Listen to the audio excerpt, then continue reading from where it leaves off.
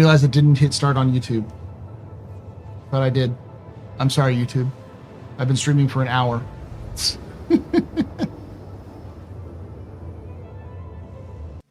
Hi, YouTube.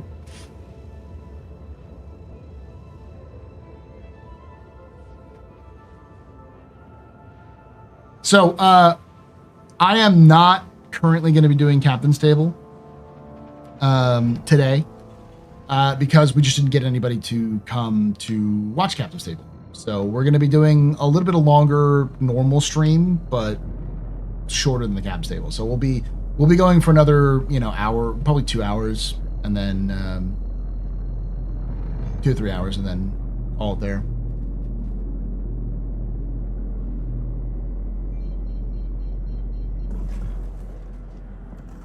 But we will be doing a special Captain's Table episode on Tuesday. So we'll still do Captain's Table this week. I just couldn't get anyone to do it on the time we normally do the Captain's Table.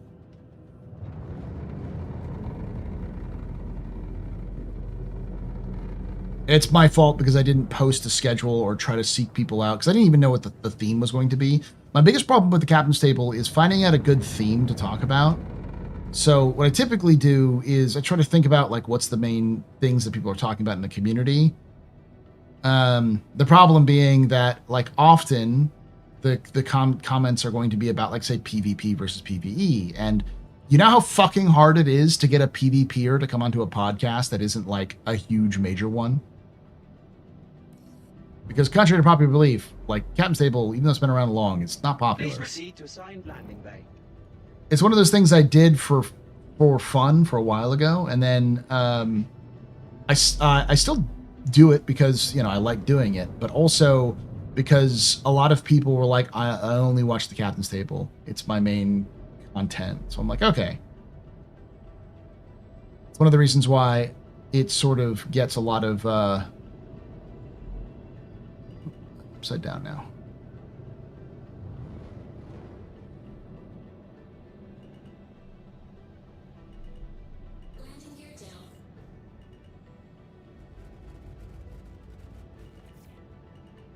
Landing complete. Have a pleasant stay.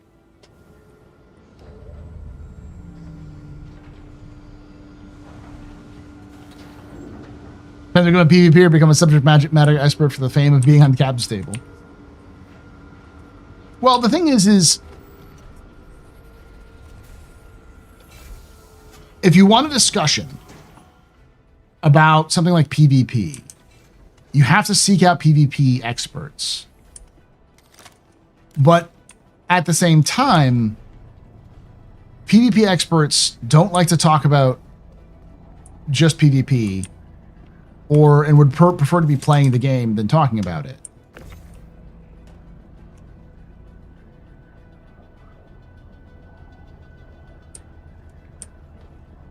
There's no point in talking about paywalling because paywalling is one of those things where it's like, that's beating a dead horse. So there's a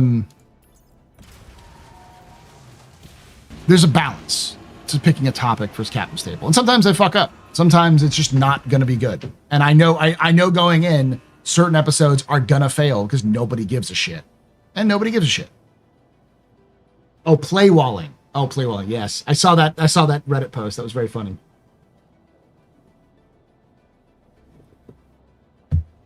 The problem is that would be like 30 minutes to an hour of like everyone on the panel dunking on people for being mad that you have to earn stuff in game.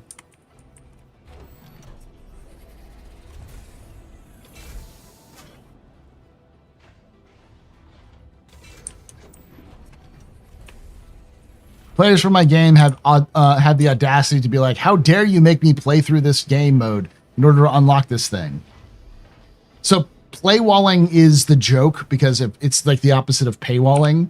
So instead of, it's the joke that like people are mad that you have to earn the ICT in game.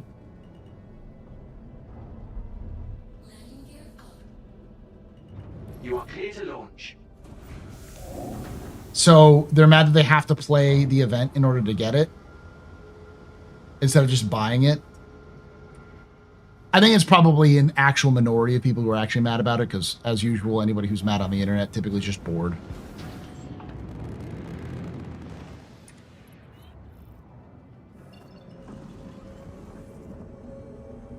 That's 27. So they're almost equidistant from each other, so I'll go to this one.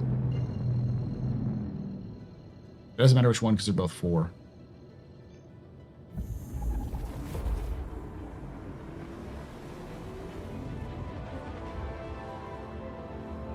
I have no issue earning it in game if the whole server doesn't share the one mission to be able to unlock it.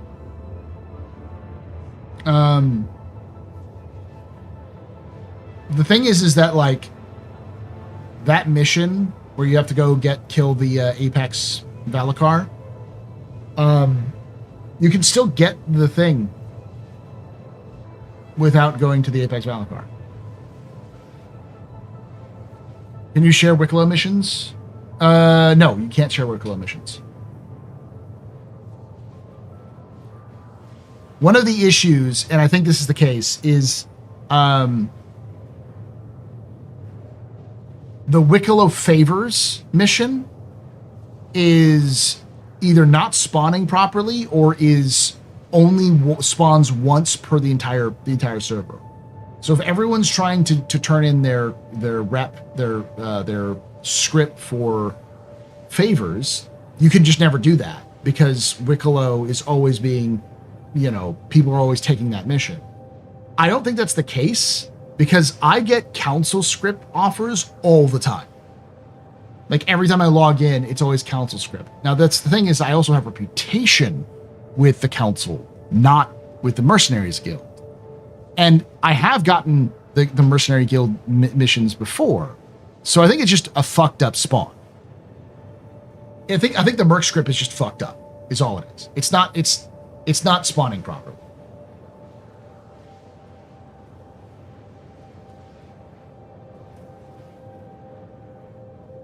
Am I referring to current trading in mission on PU where Wick is one person per server? Yeah, they need to up that. That's sort of stupid.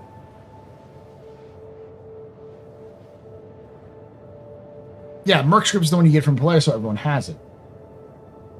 And I'm glad that they're not removing it from 4.2, because there'll be less people trying to trade it in because they don't have fuck tons of script laying around. And I feel like they were actively changing that in recent patch notes. That's good.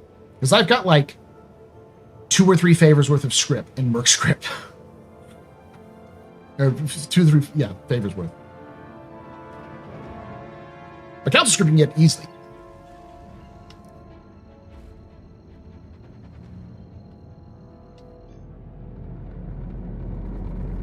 I've never not seen the council script spawn, so it may only be the Merc script is the one that only spawns 1 per person.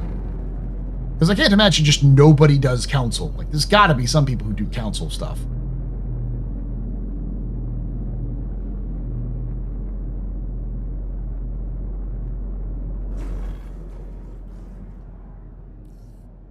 I'm gonna be over there anyways.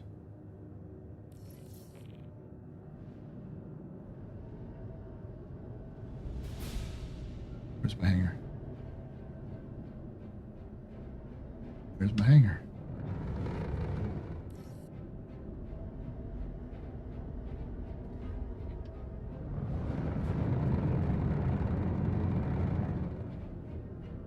They're actively changing that in a recent patch notes? Okay.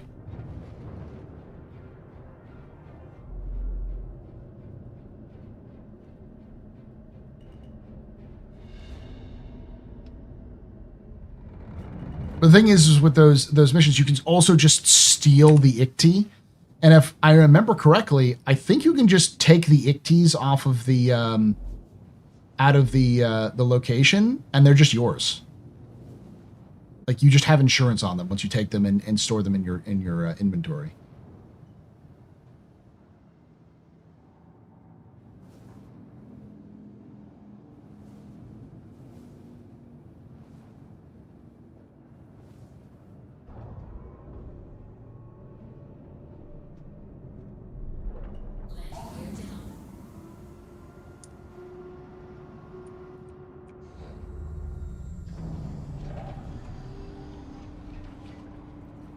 So, like, even if it only spawns occasionally, you have to do a lot of shit to get that to spawn, to be able to get a lot of that stuff. And most of the stuff for the regular ICT doesn't require you to do anything other than get an NN13, which you could find in a CZ or pay for off somebody else.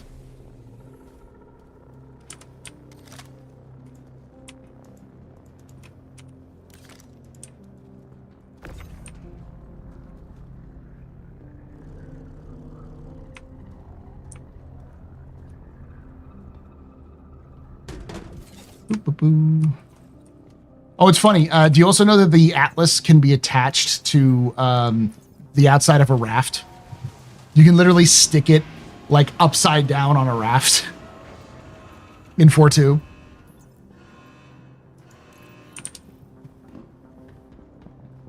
Mark 5 left. Because it's griddable now. That's why it's an item now. That's why it's spawnable on the elevators.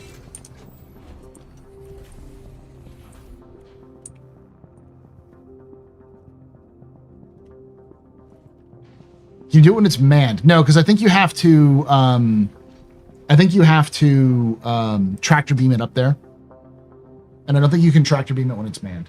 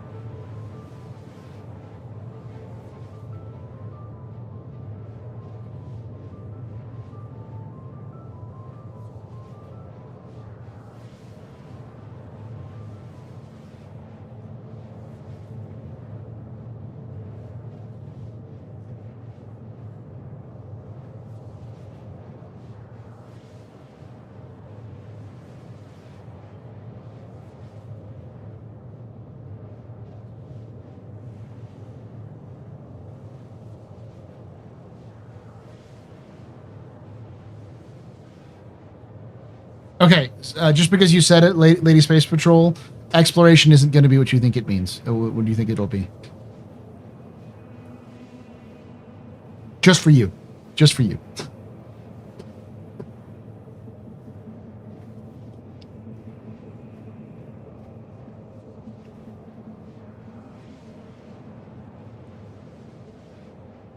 They're upping the availability of the mission. That's good.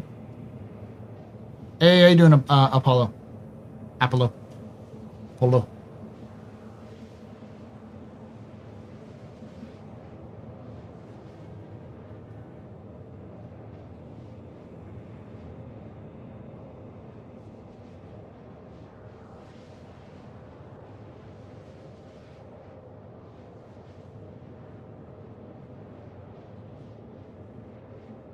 Hey, Paul, I went to the wreck of the UES Flysa. It's underwhelming. It's a very old model. The Flysa is very old. The Flysa is like 2016, I want to say. 2017 when it was added. Can't complain. How you doing? It's a day. It's been a day.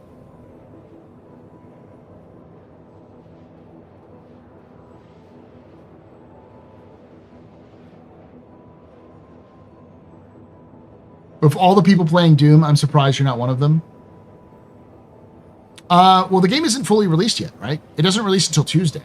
Everyone who's playing Doom had the early release version.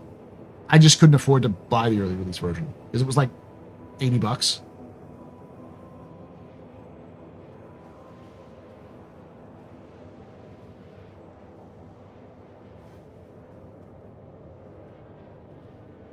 Hey, Matt Center. Why is it surprising? Like, here's the thing. I like Dune's universe. I like survival games. I've always been very skeptical of survival game in the Dune universe or any game around Dune. The RTS makes sense a little bit, but generally speaking, and I'm not saying that Dune Awakening was bad. I played the closed beta. It was fun. It was enjoyable. But here's the question I have. How many people will be playing Dune Awakening in public servers in 6 months?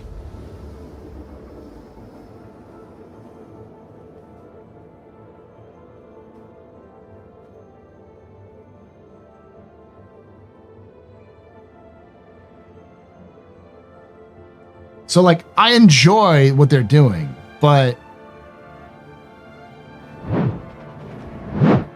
it's just,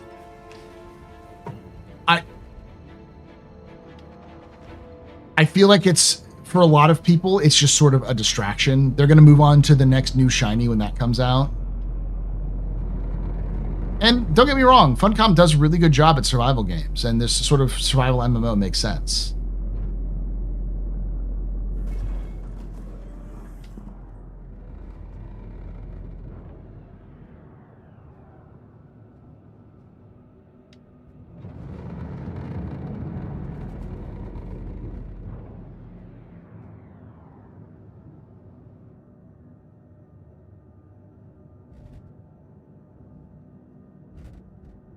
I think it's also kind of the problem is if you think about Funcom and their sort of game design style, it's not really changed that much from Secret World.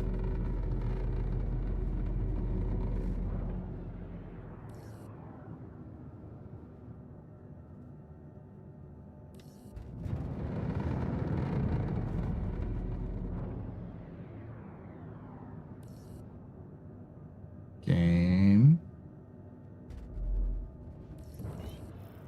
There we go.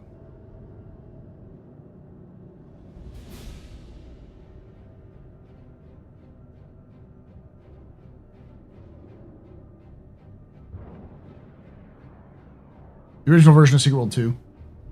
Not just in-game lore-friendly browser, but an in-game player-run radio. Yeah, no, like they're pretty good at it, but like what I see with Dune Awakening is Secret World meets Conan Exiles, which is fine. I don't know if that's something I'm gonna like sink my teeth into as a gamer.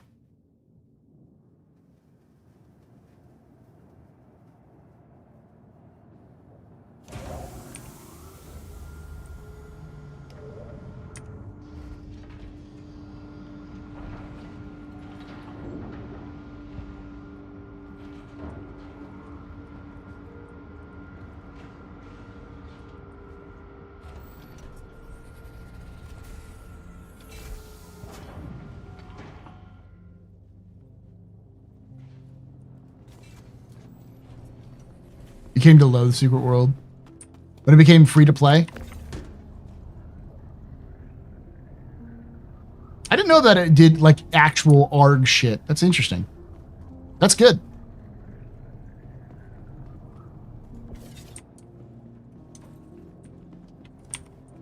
This is going to surprise a lot of folks, but I'm not a builder.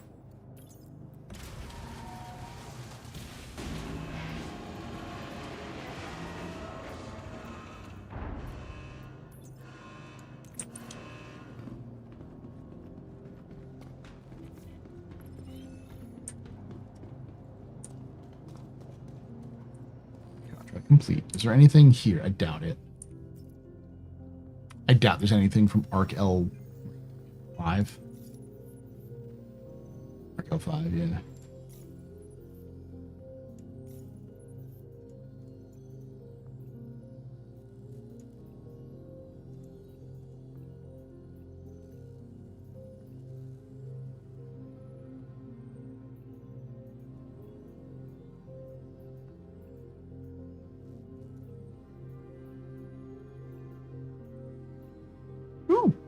but it's a bigger one. I can't take that. I mean, I could, but I have to come back and forth from it. And it's 64K, which just isn't worth it. 2 Arc L5 again, but it's larger. It's only 76K. Yeah, it's 50. I have to do two runs.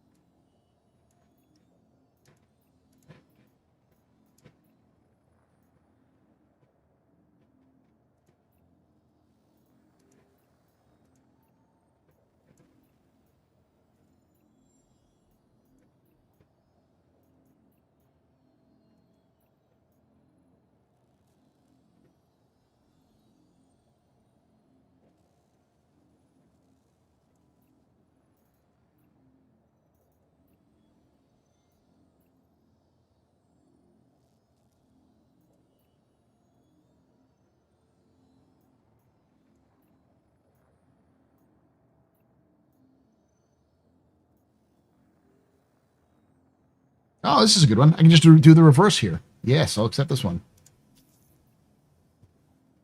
That way I can pick up my...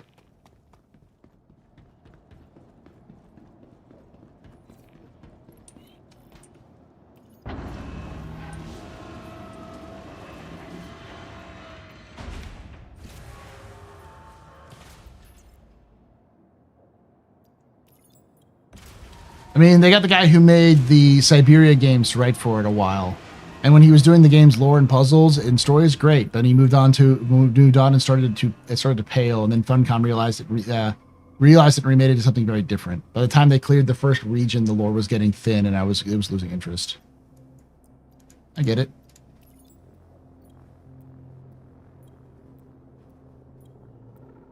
Not a big horror fan. It was very much in that vein. Yeah, it's very much a Lovecraftian MMO.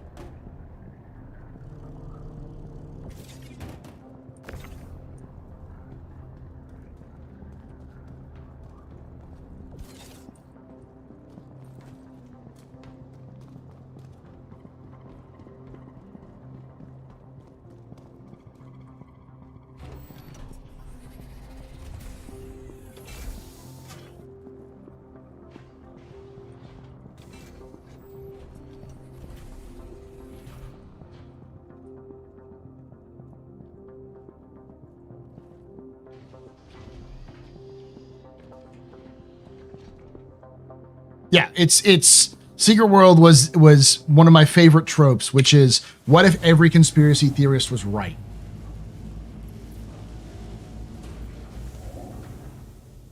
What if all conspiracy theories were true, even the ones that contradicted each other?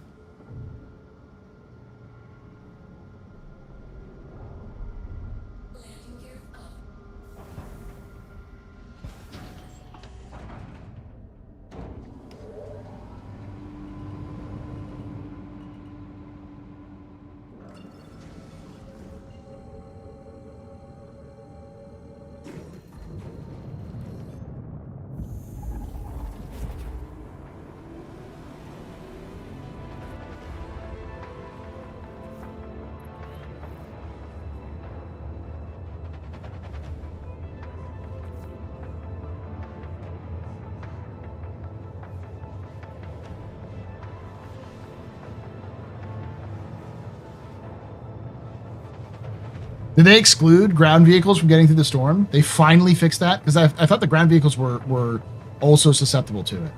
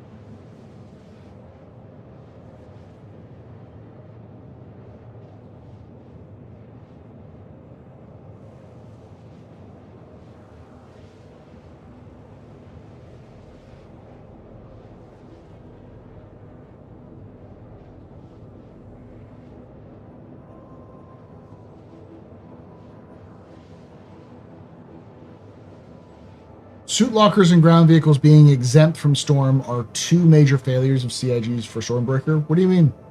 Navy Space Patrol?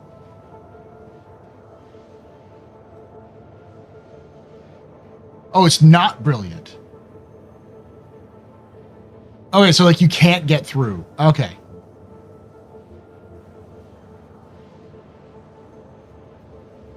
You know what? I'm gonna go a step further, Captain Chikero. I think what they should do is both logically and lore-wise say that anything that doesn't have a quantum drive can make it through. That the buildup of distortion damage is because of the interactions between the storm and the quantum drive. That's all you have to say. Oh, but Paul, that means that the non-quantum drive ships can make it through. Did I stutter? Of course, because it would be cool as shit because nobody uses those vehicles. So flying in a like an MPUV to get you from point A to point B inside that storm would be cool as fuck. Yeah, Fury, like imagine Furies flying around as providing air support for against the Valakar and such. Yeah, or an Archimedes. It would give a reason for those things to exist. Removes QD from my Idris. You'd have to, how would you get that Idris to the location then?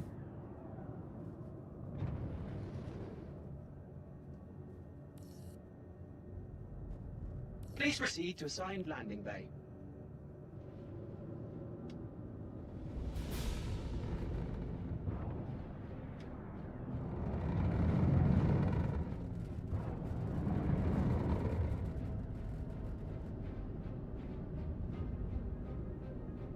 Yeah, they should require exploration suits to survive.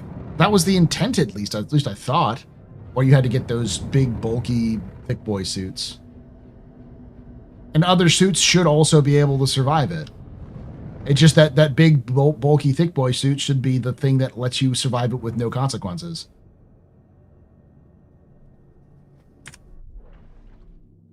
Like the exploration suits should be able to handle the radiation, just maybe not the temperatures. And if they do have the temperature rating, then they have a lower radiation rating.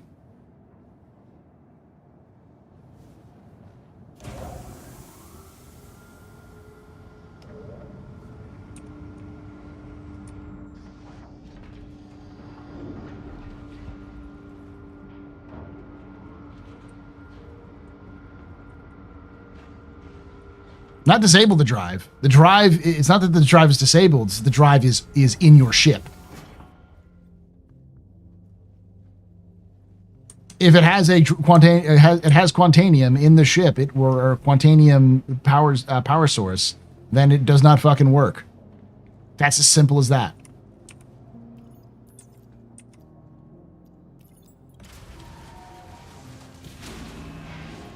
Yeah, because the drive itself has a bunch of fuel in it, which is reactive to, like it actually manipulates mass, like gravity, not gravity, but yeah, mass. It's a mass manipulation. And if a player was smart enough to be able to say, "Oh, I'm going to run my ship so that I run out of quantum fuel entirely by the time I reach the point where I need to be," good on them. They got to that point. They can now go into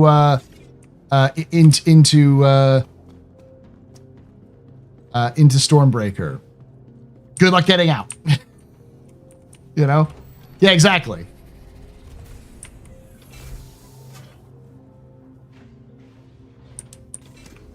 You can't remove the drive. You have to get there somehow. I don't blame the developer for saying exploration in ISC. I blame Jared for writing in the script that forced the dev to say it. I don't think the dev was forced to say it. You are clear to launch. What they were saying was the way that exploration is treated in every other game other than Star Citizen. They're talking about the sandbox exploration aspect of the game. And it's clear from the further context that they said about how they said that they talked about it is that it was about the sandbox stuff.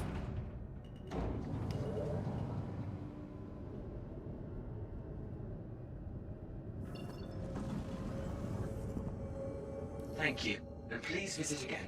Not exploration gameplay.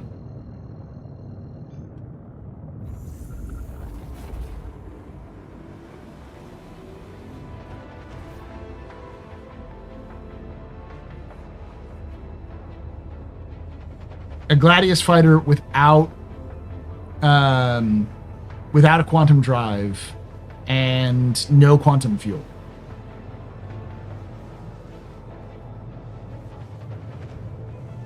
I do blame Elliot for saying sandbox activity instead of raid or dungeon, though.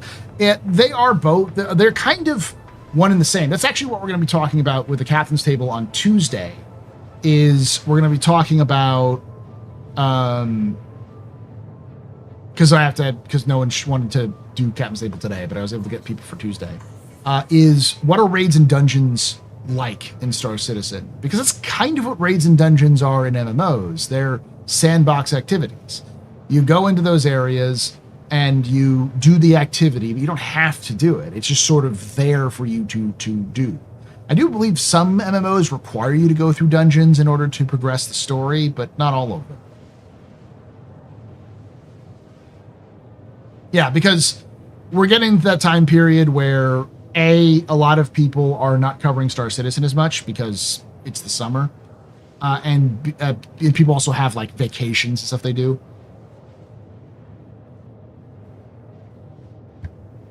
And B,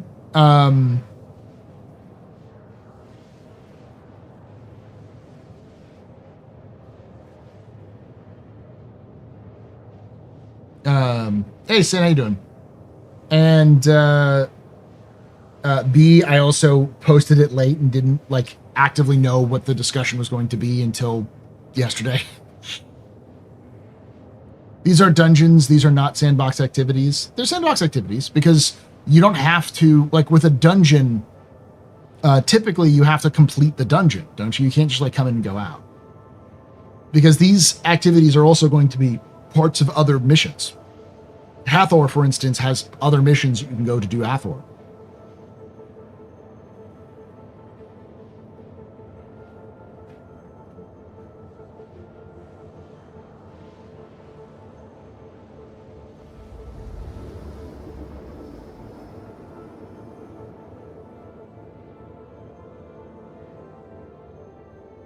So that was the discussions of what are dungeons and raids like in Star Citizen, and I think that's what our dungeons and raids are going to be, our sandbox activities. I think the difference between sandbox activities and instance events is going to be that is sort of the difference between raid and dungeon. Because if I recall correctly, dungeons are instanced typically, right? Return to the game today. I'm doing my Zero to Hero account. So this is an account that I just had started with the starter pack, and I already have several ships purchased, and this is my. I'm trying to work my way up to a raft, which I'm close to, but I also want to get my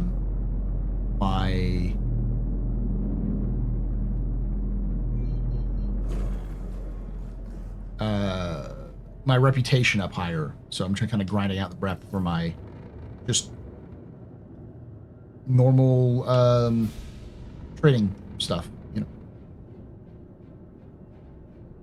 Both are, at least in modded ones. So what raids are going to be, in my opinion, based off of what I've seen in Star Citizen, what CIG's development style, is that we're going to get instanced and non-instanced activities. The instanced activities, like the depths or the Vanduul incursions into Nyx, the depths of Area 18 and the Vanduul incursions into Nyx, those will be the kind of PvE experience of like a dungeon or a raid. And then the sandbox activities is what they're calling now.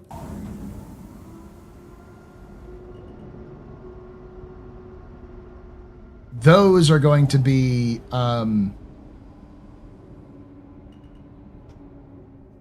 what?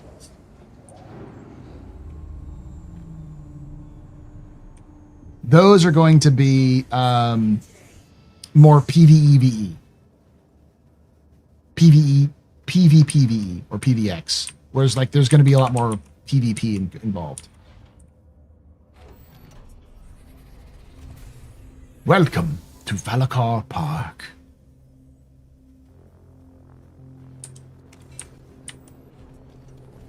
It's very a theme park or raid content. That's what I mean. It's like I think that's going to be it's a sandbox in the sense that you have to know how to get it to work.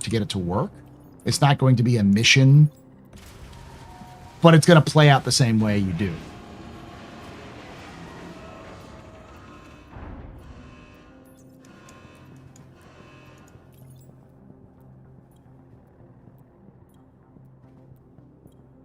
Oh, they were able to get the Valakar, the Copians in. I didn't know that works.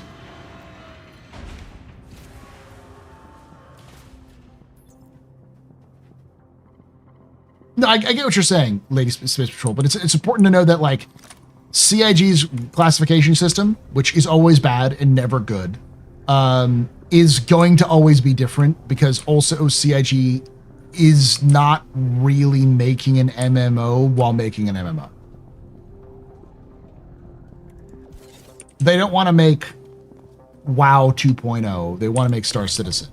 But they also want to use MMOs as a platform to help them build this sort of game so they can get more, because it's, you know, the easiest thing to use as a blueprint. But I don't think they're going to build traditional raids and dungeons as a result. I think they're going to do these sorts of activities which are specifically designed for specific outcomes as a means of doing sort of like raids and stuff like that. Yep, Tuesday we're going to talk about that.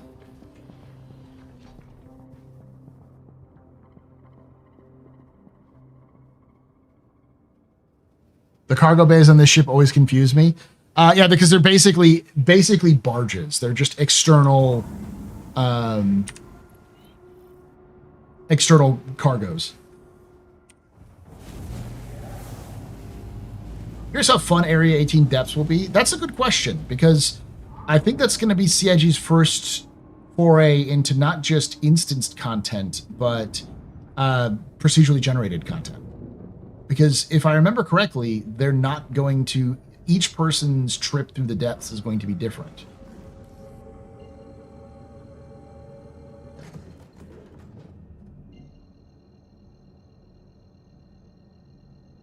I think Hurston HR is a very traditional dungeon. They probably have one, yeah.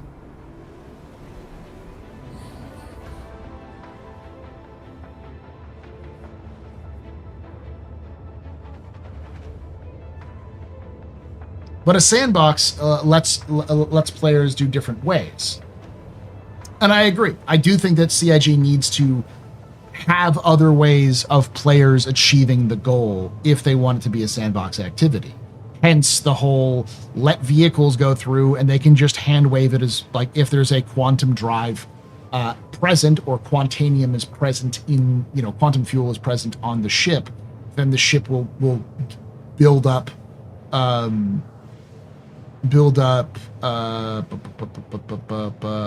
distortion damage and crash. So either players are smart and learn how to remove the quantum drive, which would be itself understanding the weather and the type of weather that exists, or are able to use ships which don't have quantum drives or ground vehicles to be able to approach the targets.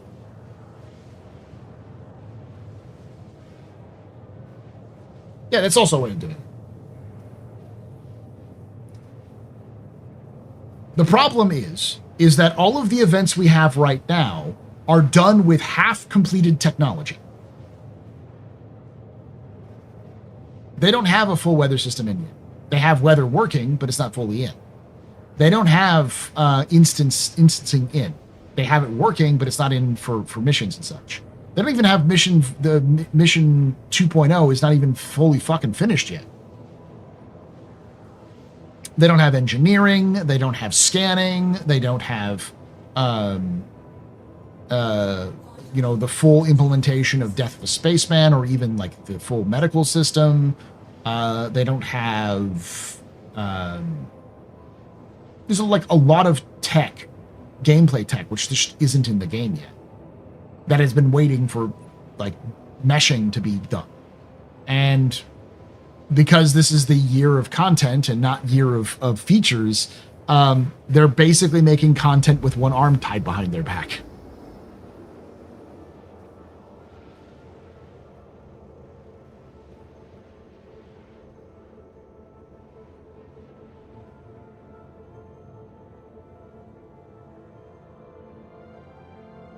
But there's lots of reasons, the ways they could hand wave it away for fun. I just like the idea of saying any ship with a quantum drive is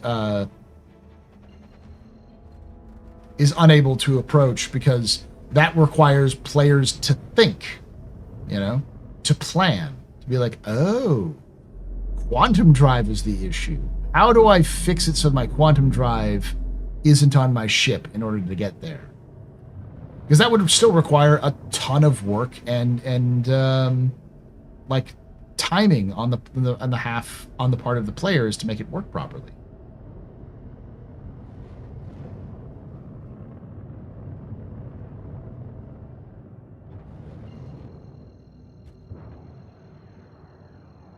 Exactly, but bringing it just full of Argos and Furies, then you have an advantage.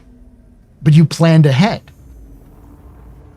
Maybe I'm still naive in thinking that Star Citizen is still a planning game, but that feels like it's a good reward for planning, knowing, aha, this is this type of storm which reacts does not react well with quantum drives.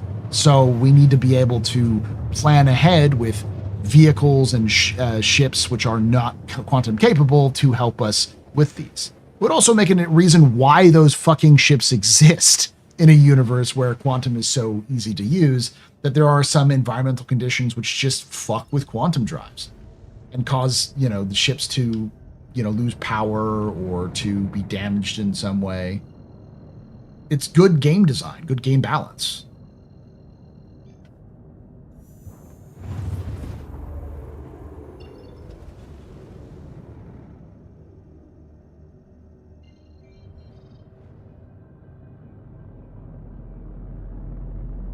Yeah, and in the future, you might be able to create shielded drives, but you have to figure that out on your fucking own.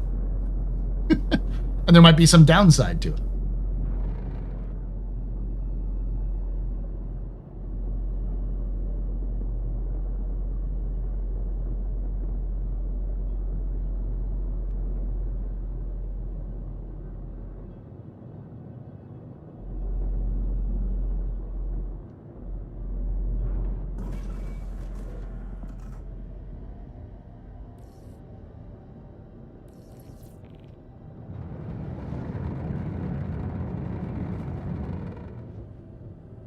Hey, Kinji. Yeah, this is my 0 to hero.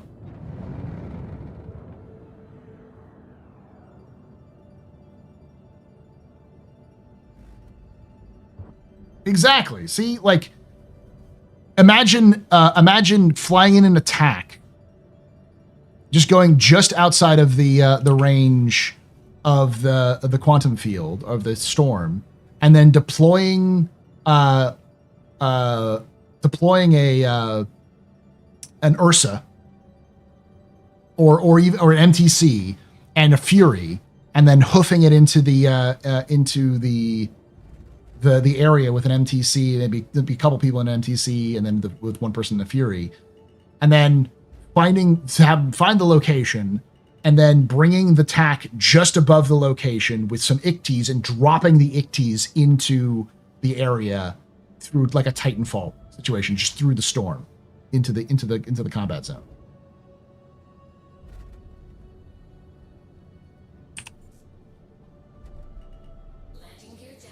See, like, yeah, or a Spartan. I don't know if your Spartan could fit in an attack, but or a player being smart, like a solo player, bringing their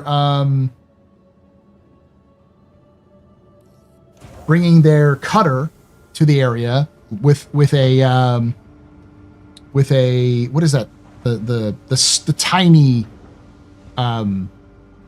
hover vehicle, the hover bike you can fit inside of a cutter, the pulse, yeah, a pulse, and then just taking the pulse out into the storm with like the storms and rain, stuff like that. Oh, you get back into the 0 to hero? I was AFK for a bit. Oh, this is still my this is my trading 0 to hero rather than my combat, which I wanted to do.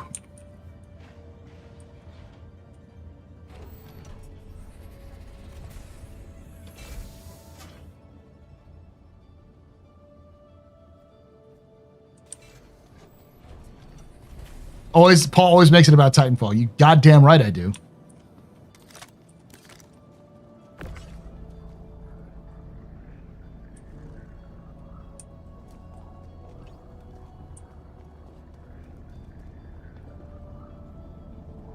I still think the plan is to have these be world bosses, but like CIG was always cagey about the answer of these being world bosses because like that's the goal, but you know, monster hunting isn't going to be a thing that's fully implemented until they have all of the other things they need implemented to make it work.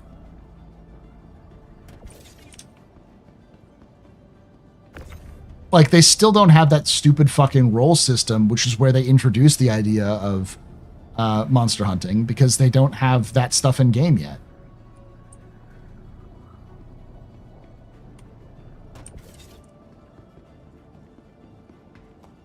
Suddenly all the monotony of inventory management and stocking your ship and ponderously traveling becomes worthwhile. That's, I mean, and that's supposed to be the case. That all requires the universe to be hostile and everywhere wanting to fucking kill you just for existing, which, you know, is something that CIG has said they want to do, but we have still yet to see it actually in game. And I do believe that CIG might chicken the fuck out when it actually comes to those, to doing it.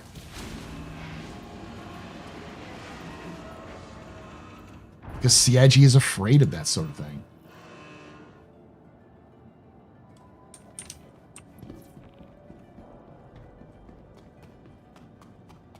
I'm gonna refill and then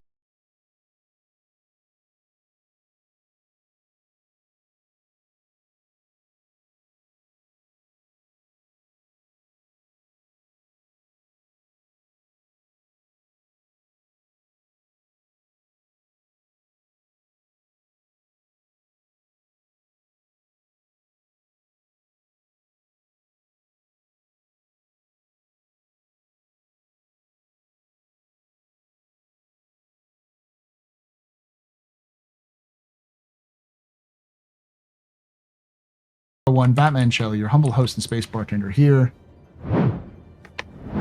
at the AstroPub, your space bar at the end of the universe. Sit back, relax, enjoy the show. We got a good one for you. How y'all doing? We were just talking about what I was talking about on the launch sequence.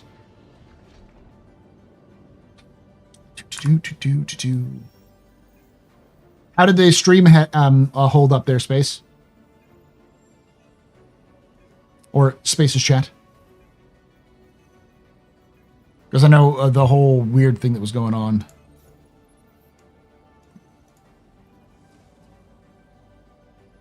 Oh, I always end up late to your stream. Why? Because you were watching Space Tomato.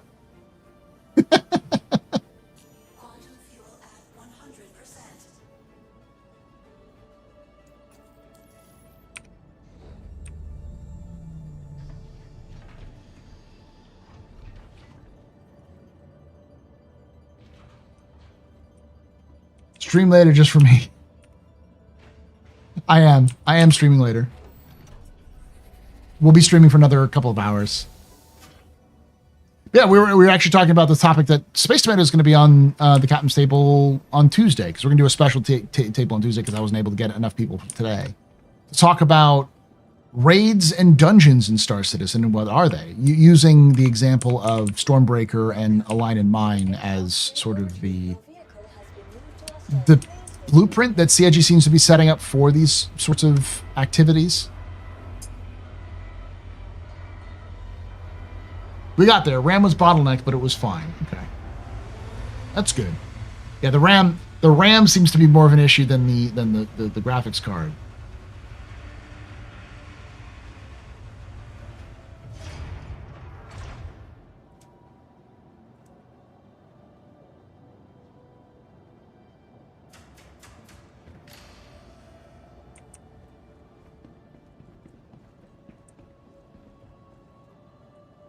Welcome to the ASOP vehicle retrieve.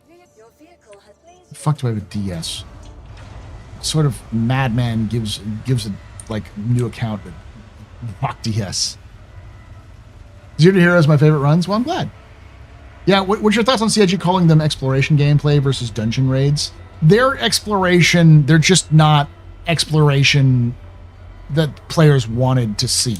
It's exploration in the sense of like sandbox exploration. Like you stumble upon an area and can do it. There's no mission directive to go to, you know, point A and do point B.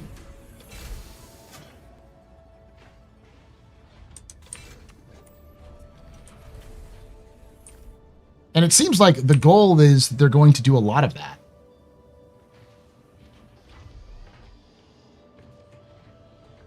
Especially if you live in another country, yeah.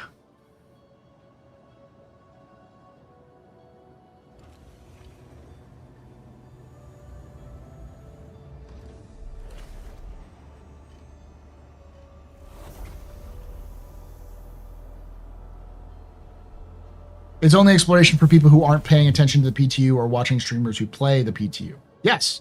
And it will be exploration in 6 months when it's no longer the new shiny and somebody who just picked up the game, you know, in December of 2025 is exploring around and maybe not knows that, maybe not never seen these things or know about it. The problem is, so like Skyrim, like exploration. Yeah, exactly. The problem is that there's nothing that directs you towards those locations if you don't already know they exist. There needs to be ways of discovering these on your own without being shepherded towards them. You know, like a mission giver or a note or something.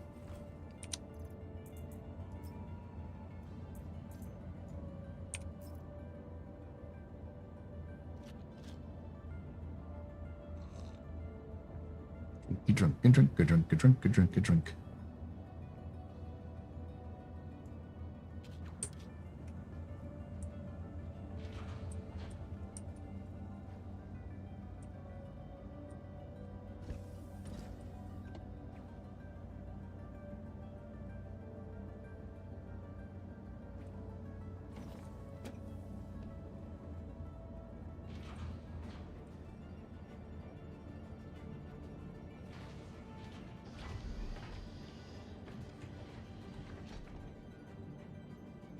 E.g. a data pad with coordinates that lead to a secret base with data cache or a ship to repair once we're route.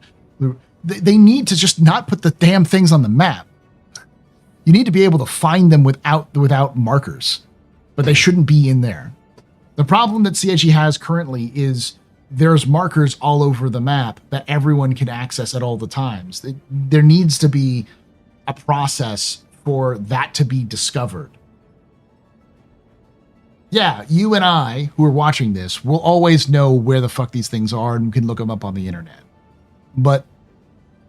And players can do that too, but there still needs to be the option for players to, or even like, that should be an option. Players should have to buy maps or have access to maps. Those maps should be very basic. Yeah, we need to be able to discover things.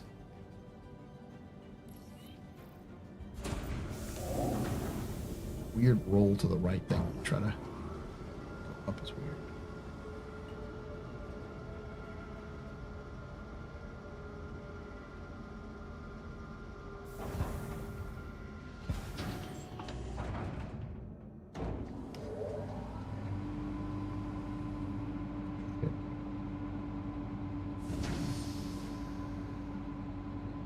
I am dumb. It's because they don't have their scanning systems in. And they don't seem to have the map stuff in. It's not that it's it's not that hard. It's not the priority. I'm sure there's other systems they want to put in that are going to be around those ideas. Plus, also, they just may not like that idea.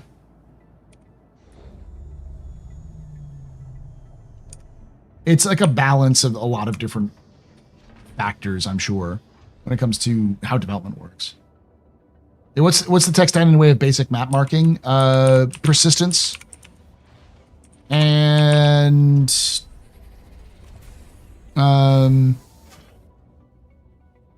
scanning.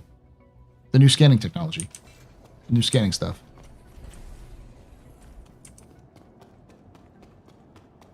Let me see what they have. Sorry, I'm being bullish for a response, but my last question is not super important, but I'm super interested in QV because it's one of the bigger events on my mind. QV. I didn't see what you said there, Izolo, earlier. Astro, remind me, is Quantum Vegas going to be live streamed or will it be a panel of sorts? It'll be a panel. It won't be live streamed, but it will be recorded and we will post it up later. Yeah, so Quantum Vegas is going to be live, not live streamed, but it'll be available. People can show up on July 12th of this year. The last of the cheap tickets is going on sale in a couple of days. So on next Tuesday, so this coming Tuesday is the last day to get cheap tickets.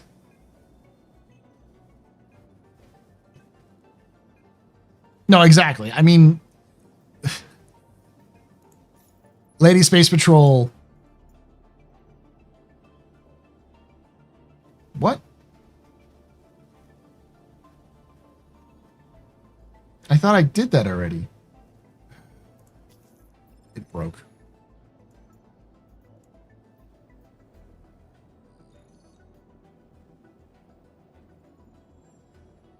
Junior, planetary, small.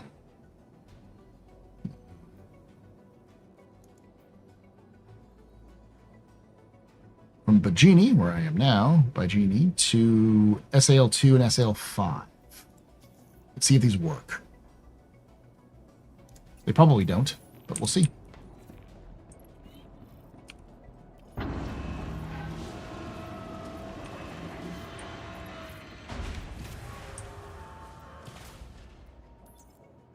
Yeah, Austin is the only one we have. I hope one day us Americans can get a chance to have Rich or Jared come to do a panel.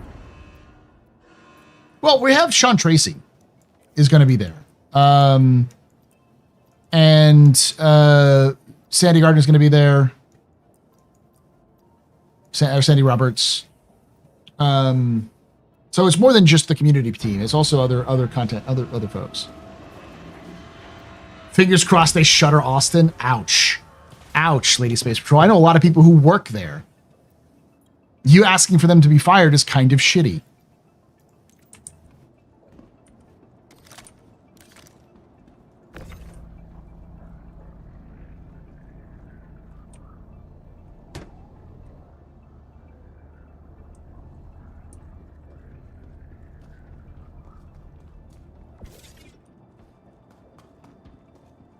It smells like clay. Okay.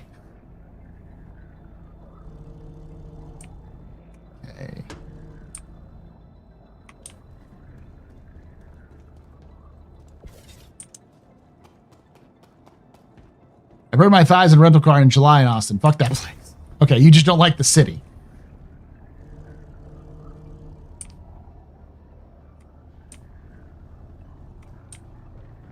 I live in Texas. I live in Austin, so I get it.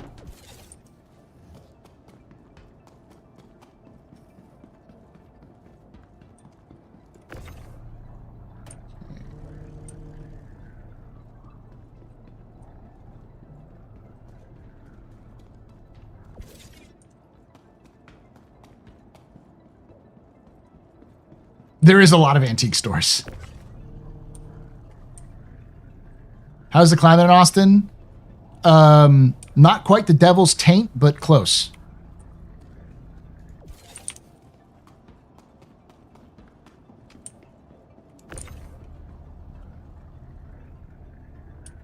Especially in July, which is our hottest month, we routinely have like 110 degrees Fahrenheit, which is, I want to say, like 45 degrees Celsius or something close to that. Sorry, the devil's taint. Imagine what the taint of the devil must feel like. That is what Corpus Christi, Texas feels like.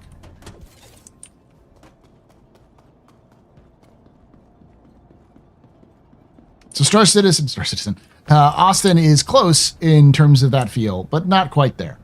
Hot and humid. Yep.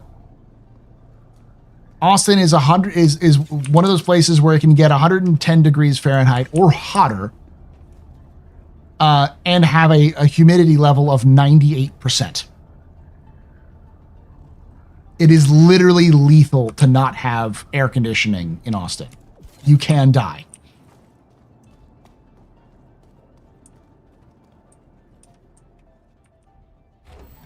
Right now, in Austin,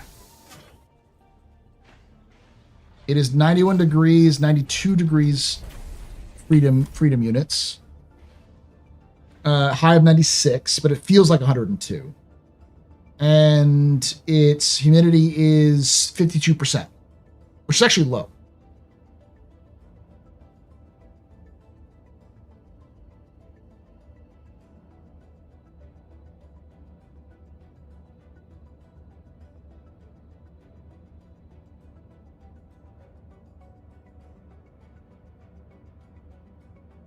Tomorrow it's going to be 98 degrees Fahrenheit, which is probably up there.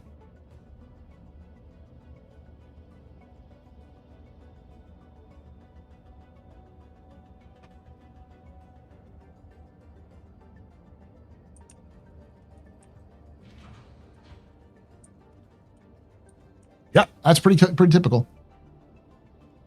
Odessa's 98 degrees Fahrenheit. Yeah, it's about all right. San Antonio is 103. Yeah. The further south you get, the hotter it gets.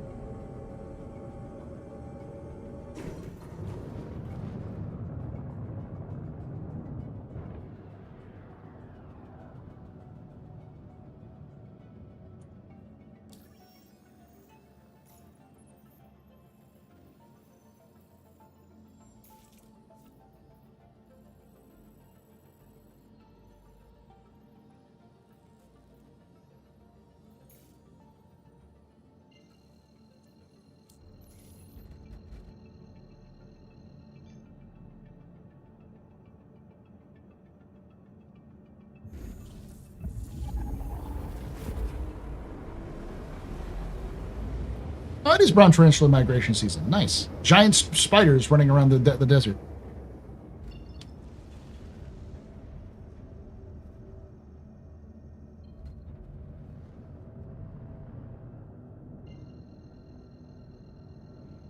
It's also bat season. We should have bats coming out soon.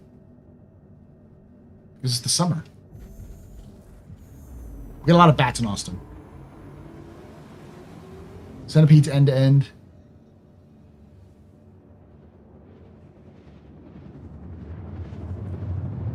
We don't have to go to Australia. We have Texas. It's kind of like a miniature Australia. Yeah.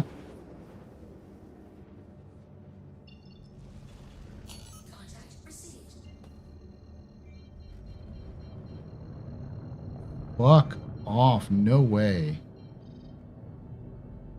Oh, good. It's just a mining vessel.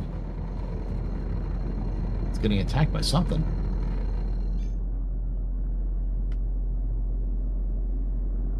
Just blew up.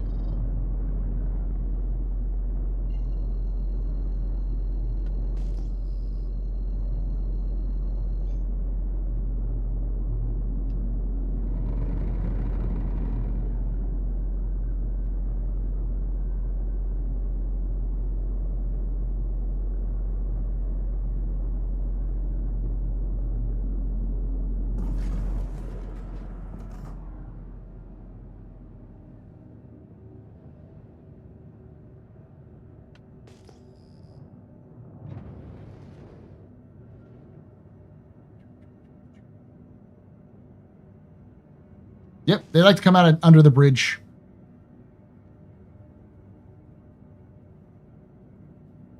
The thing about Austin is that it's a very good city to be in for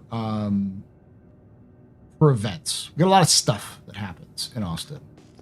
Music events, film events. We've got the, ACL, Austin City Limits. We've got South by Southwest. We got lots of things that happen in Austin. You can take away my spaceship. Spaceship. You can take away my space suit. Suit. You can even take away my space lasers. No pew-pews. But you can never, Never. ever Ever. take away my space game.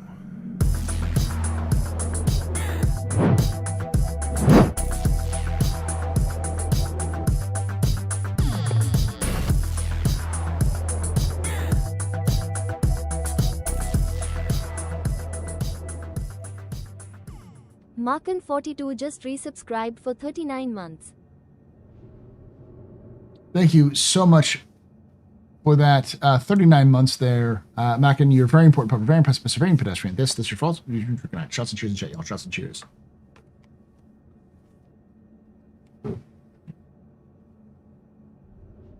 Now, Florida has more things going to kill you than Texas. Typically, yeah. G-Sharp. Take away my spaceship. You can take away my space suit. You can even take away my space lasers. But you can never, ever take away my space game.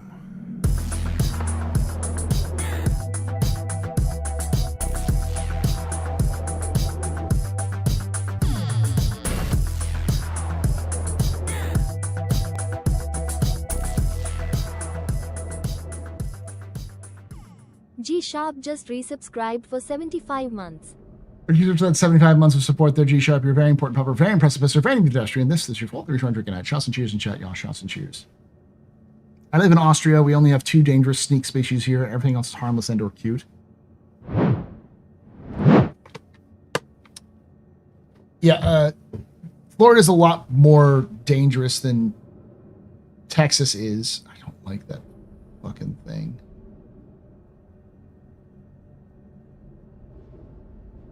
Small here. Hopefully this works. Ooh, that's a... Oh, I almost hit that thing. It doesn't look like this is working. Double check. That looks like an error message. I know, just a normal.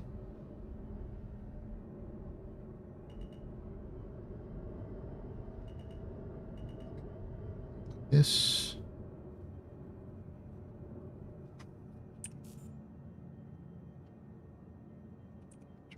Engines off.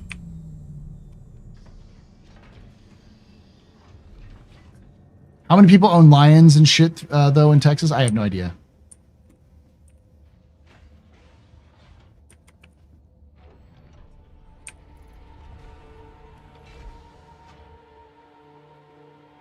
Oop, I'm gonna die.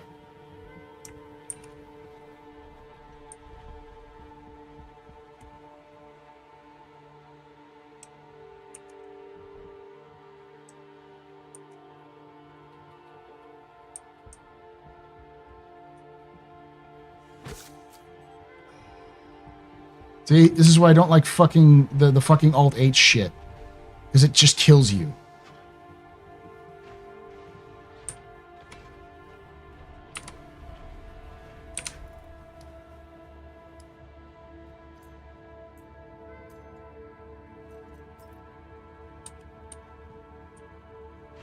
It's the Alt-H. If you use Alt-H, it sometimes doesn't put the helmet back on.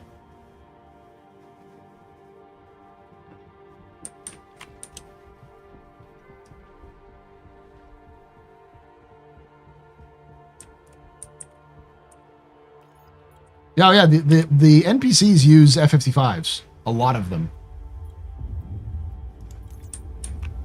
One of the things that's pretty clear... Did I put it on the wrong side? You can take away my spaceship. Okay, so I need to deliver... You can take away my space suit. Suit. You can even take away my space lasers. But you can never, SAO2. take away my space game.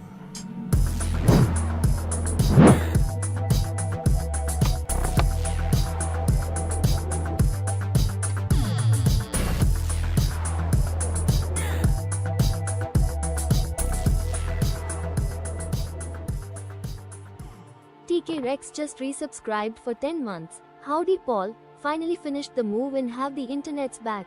Hey, welcome back to the internet there, TK Rex. Thank you for being a subscriber for 10 months. You're a very important pupper, very impressive, sir. Very manipulative pedestrian. This is your fault. It was run good night. Shots and cheers in chat, y'all. Shots and cheers.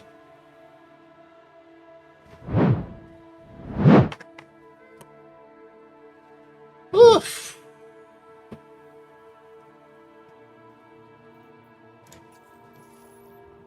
Okay, SAL2. So I need 9 SCU. So this is 4, 8, 9. Okay.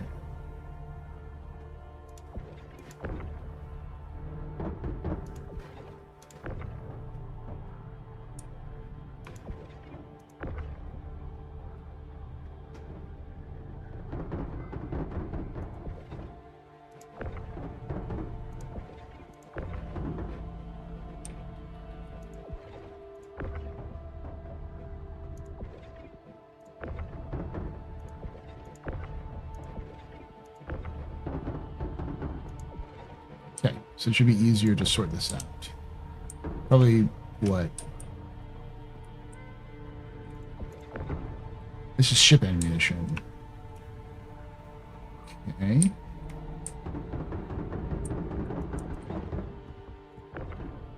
Hydrogen fuel. How much? 4 hydrogen fuel. Okay, so this is... They all have the same fucking... And this is hydrogen fuel, so I'll put this back. Hydrogen fuel, quantum fuel. Yeah. Quantum fuel. Go back up there. And quantum fuel. There.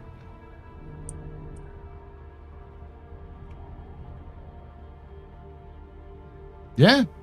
Someone's theory was that they thought that that hacking is a Squadron 42 thing, and since they stopped doing the Squadron 42 monthly reports, that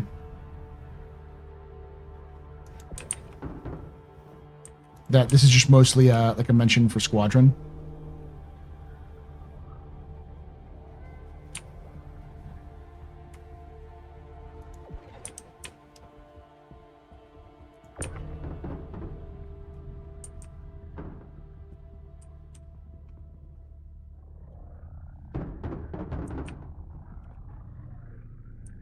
I was really surprised that not only did they mention hacking, but they mentioned hacking in the context of not the stupid fucking minigame that they were proposing.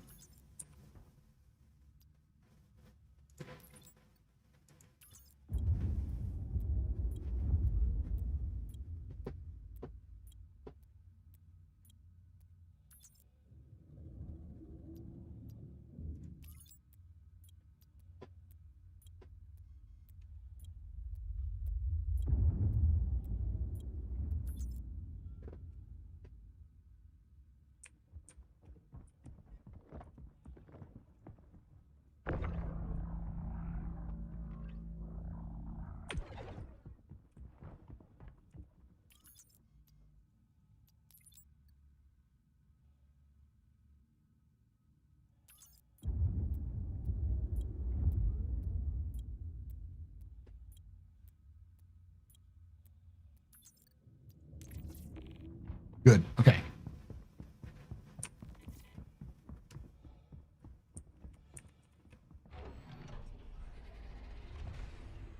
SAO5, and then I'm done.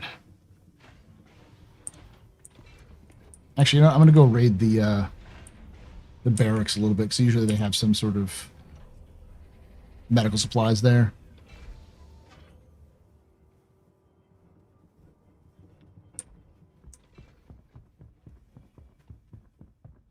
Oh, there's another vehicle here.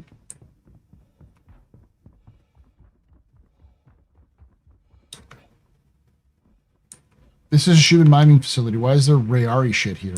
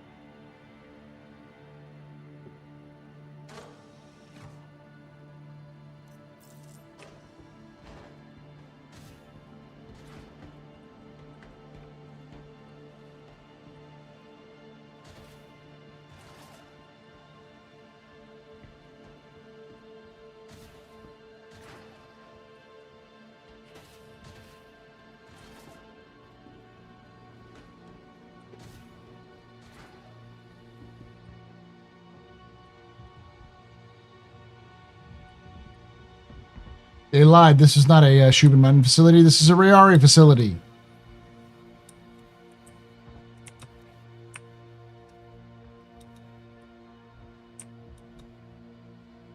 Yeah. They put the wrong fucking...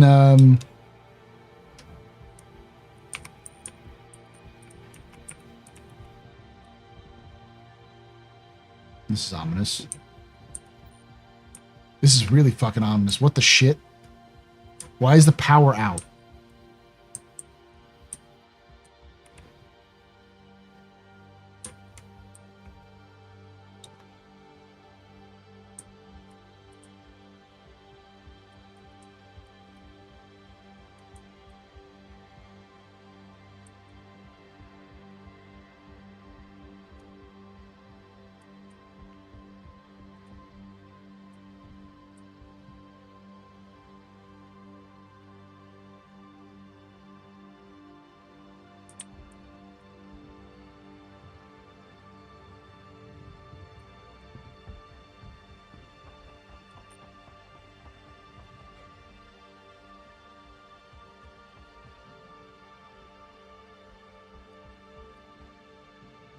Rayari just subleasing their or Shubin subleasing their mining facilities to Rayari.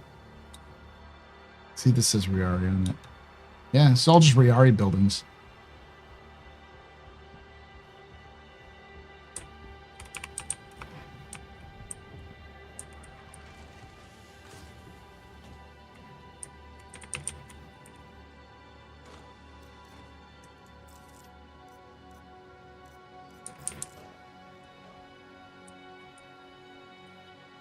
Anything you need help with? I wish I could help you, but I can't. Sorry. It's like a room. That's weird. It's the first time I've seen that.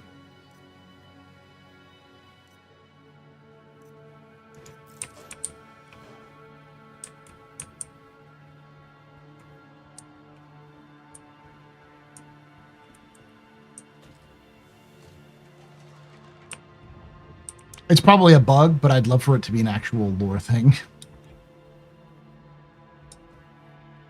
Hotel Rayari. You can check in anytime you like, but you can't never leave. Oh, that's ominous as shit knowing what Rayari does.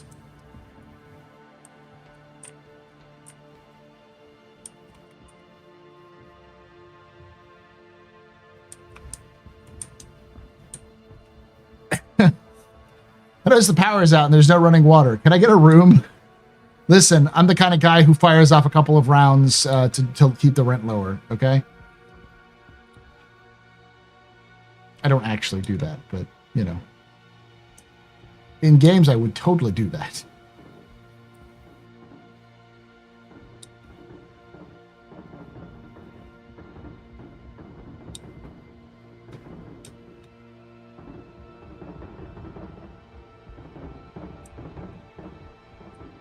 You're all probably contracted, right? Yeah, contracted.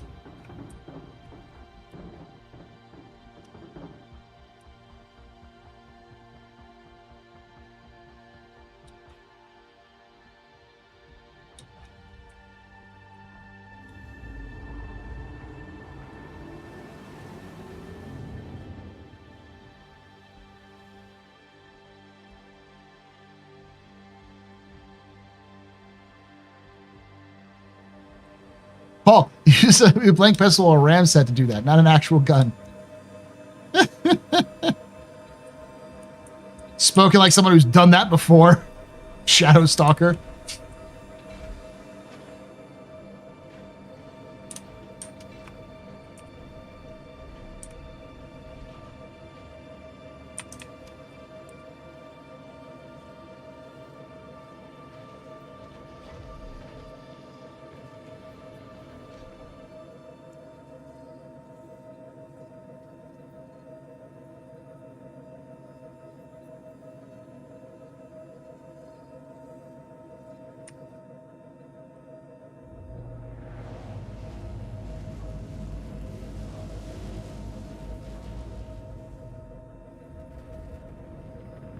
In the master's chambers, they gather for their feast. Yes.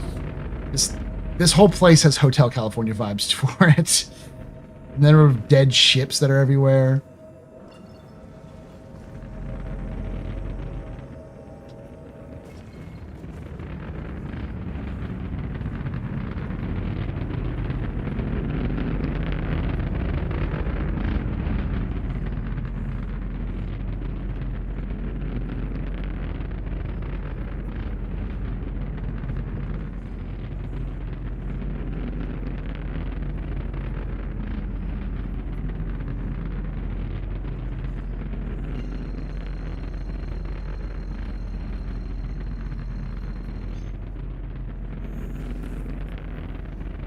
I mean, yeah. Hey, Paul, question. What's your favorite X is going to happen next patch? Mine is Arun's always saying the next patch will be the LTP wipe. Oh, yeah, the wipe is the big one. I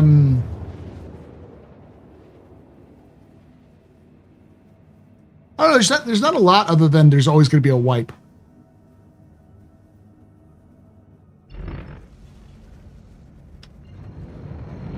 Can't really say the Idris thing anymore.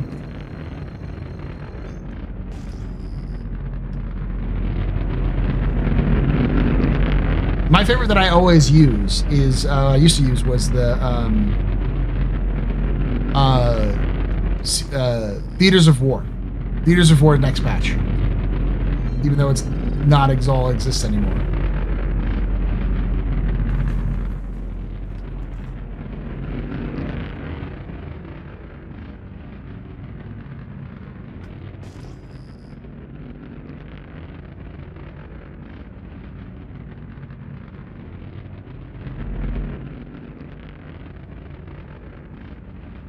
Just door dashing McMurdo to Camp McMurdo in the thing. Yeah.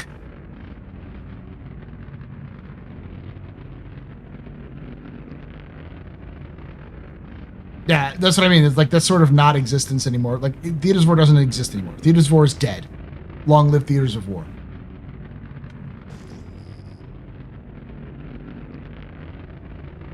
That funny enough. That's kind of also what Stormbreaker is. It's just the Good Doctor map reskinned.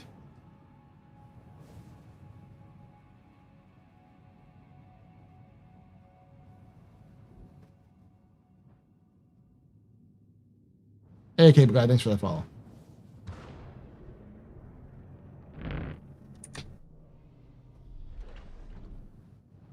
Okay, does this work? Looks like it's working, but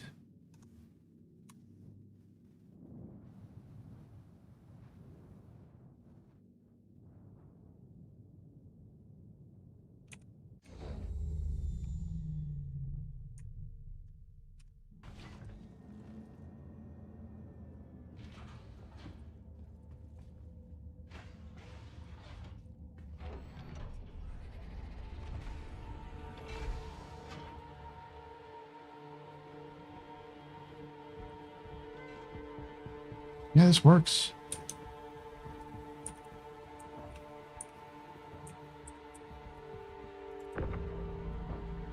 How much scrap for? Why do I have scrap? Oh, right. Be gone, scrap.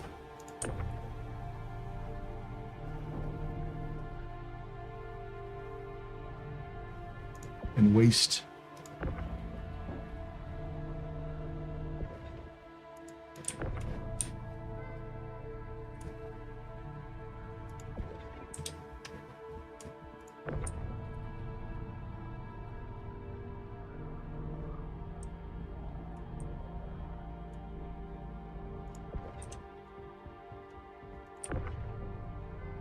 Currently running bunkers to wrap up with ArcCorp. Also get a ton of guns for next patch to once again stock the Idris Armory.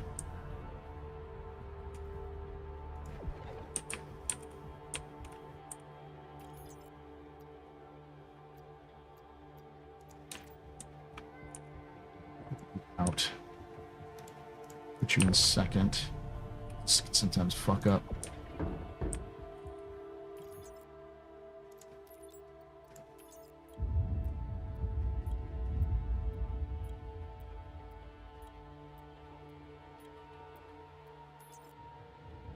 I'd love to see that happen sooner rather than later.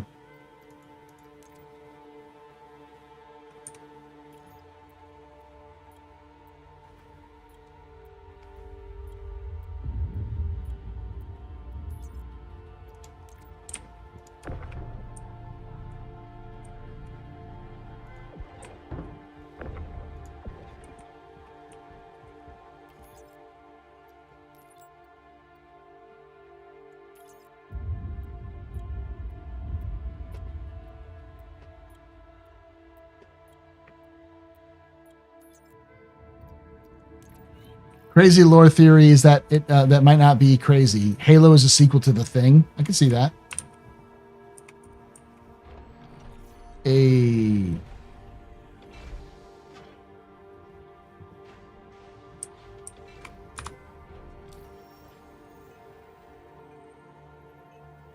Only 400,000 away. Woo! I'll be right back, chat. Don't go anywhere.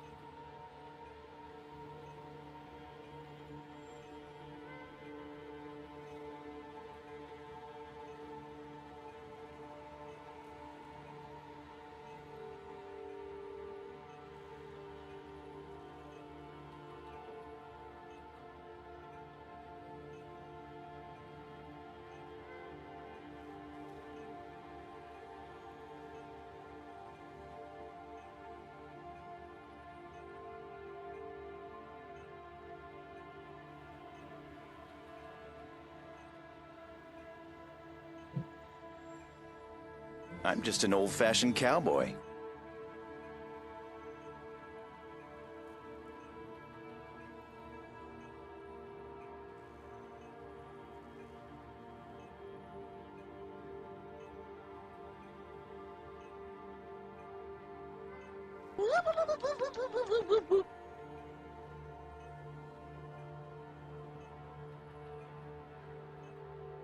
Weapons free, y'all.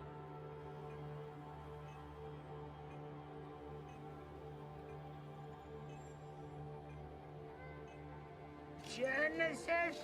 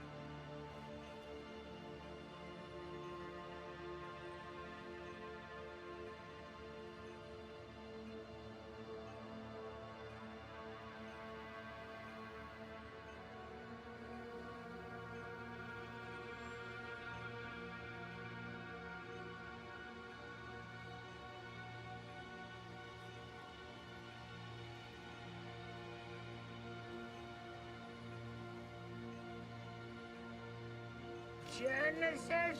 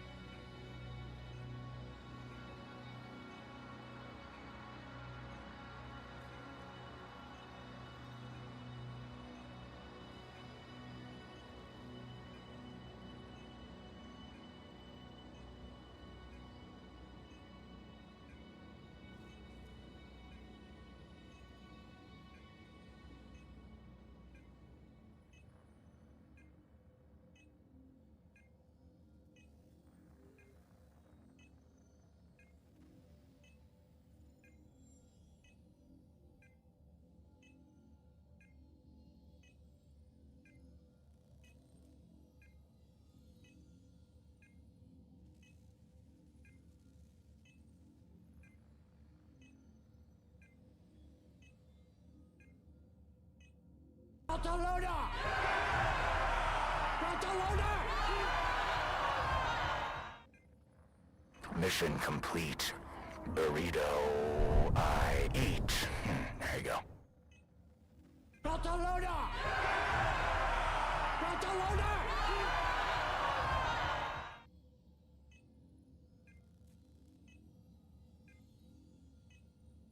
Barcelona! Barcelona!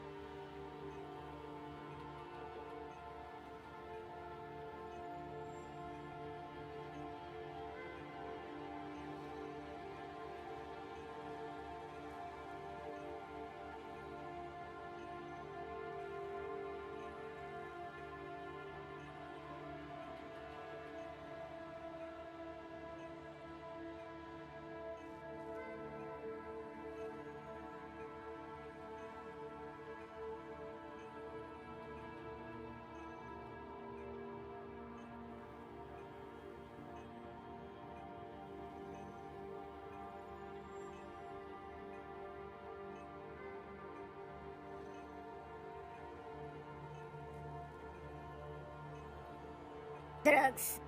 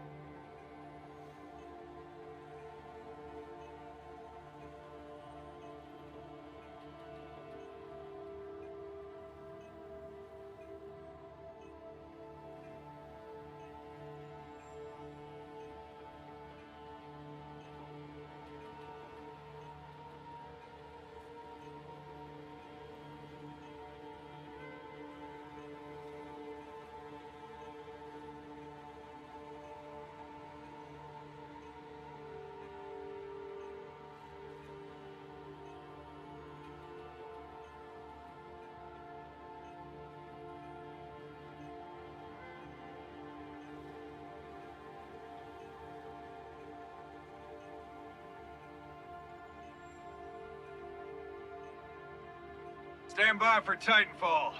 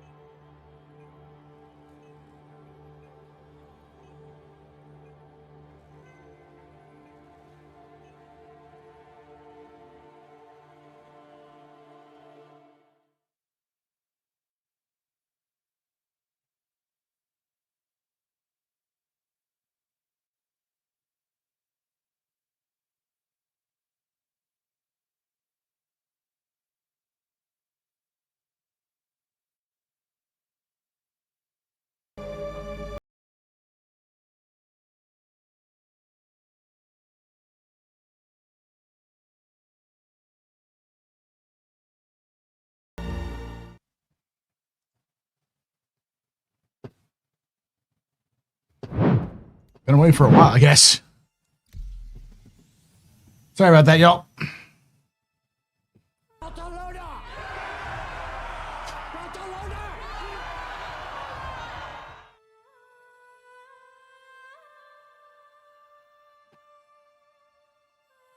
Just disconnected a minute ago. Okay.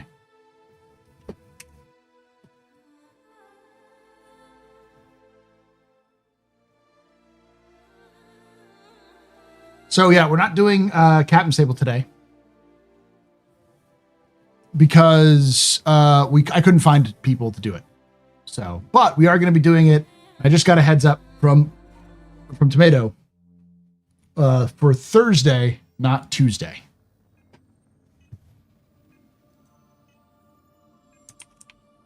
So Thursday at like 10 a.m. My time, 11 or 10 a.m. Eastern, 10 a.m. Eastern.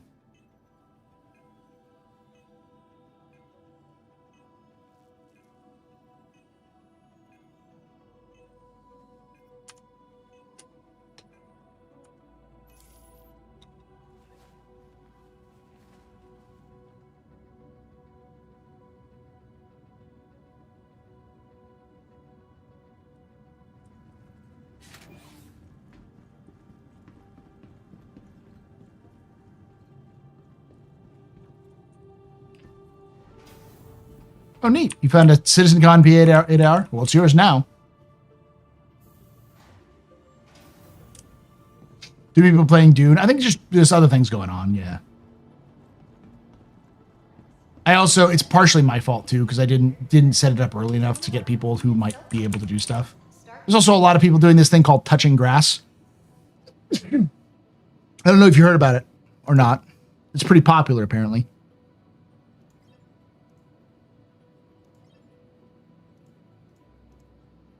Attention, emergency staff. Got an accident inbound. It's a pretty big one, so team stand by.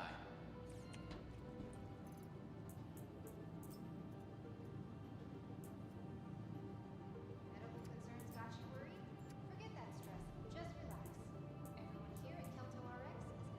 Either it's a simple case of the sniffles or something more serious. Getting the right treatment has never been easier, thanks to the advanced digital medical assistance available at every Kelso RX.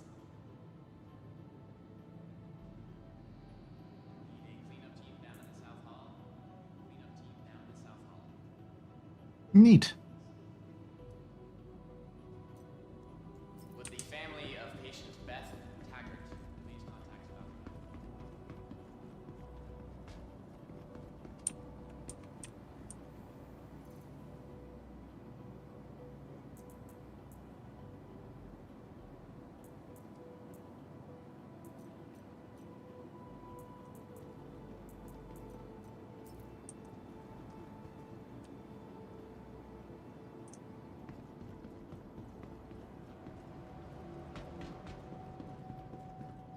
Like the IRL glasses or grasses of bloom? The IRL grass.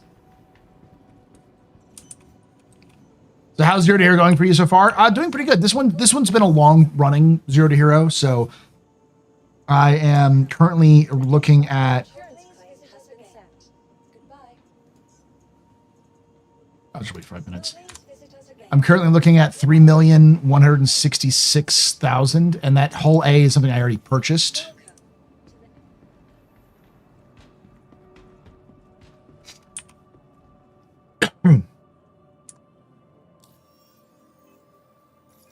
Maps, conservate. What am I looking at in terms of my rep?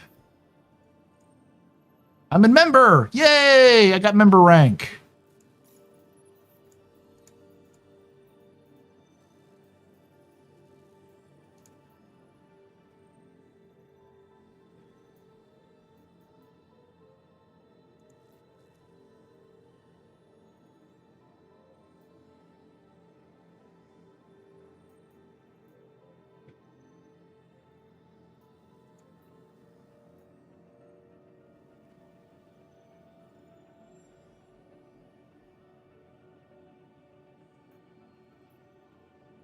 Well, I'm doing that for 123K. Hell yeah, I'm doing that. 48, 45, 56, and 61.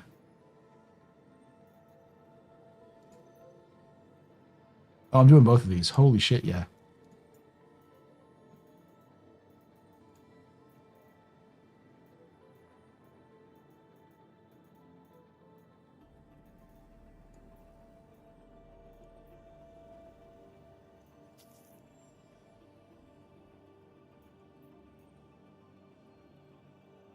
Stims, ammunition, hydrogen, and quantum fuel. Perfect. Perfect. That's 220K from one run. Not bad at all.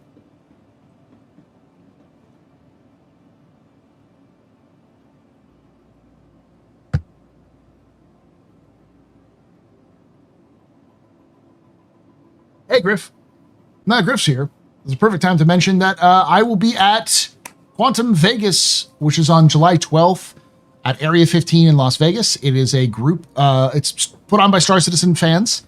We put together a event, and we're actually having CIG show up. We have Sandy Roberts, we have Sean Tracy, Tyler Whitkin, and Galaxica are all going to be at Vegas, and we'll be doing interviews with them, and we'll have other events going on there. We'll have discussions. We've a Bar Citizen before. It's a big thing. QuantumVegas.space if you want to get in that one. And my hope is that this will be a yearly event we do every year. But right now we only have a couple of days left until the cheap tickets are gone.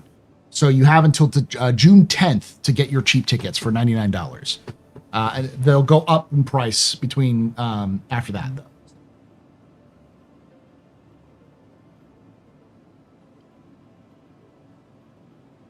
Listen, I'm not questioning it. It's somebody is planning a massive party at the area ArtCorp mining areas. That's all.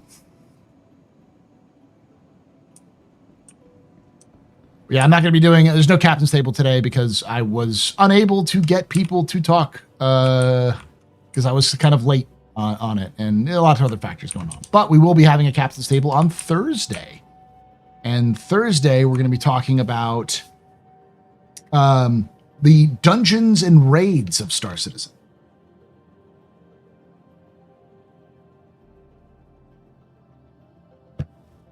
I'm curious to see what member contracts you take.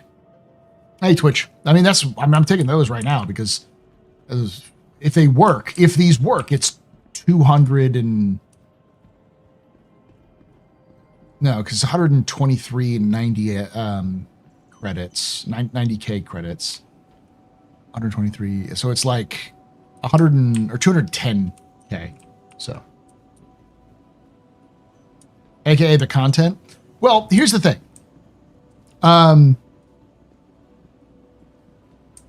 Would you consider Stormbreaker and A Line in Mine to be raids or dungeons? Hey, Bracer. Welcome to the ASOP vehicle retrieval system. No, 4.2 is not coming out until for another 2 weeks.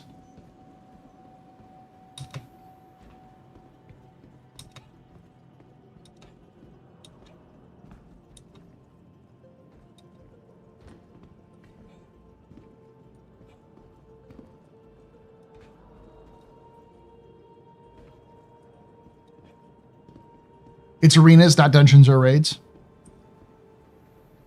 It's battlegrounds.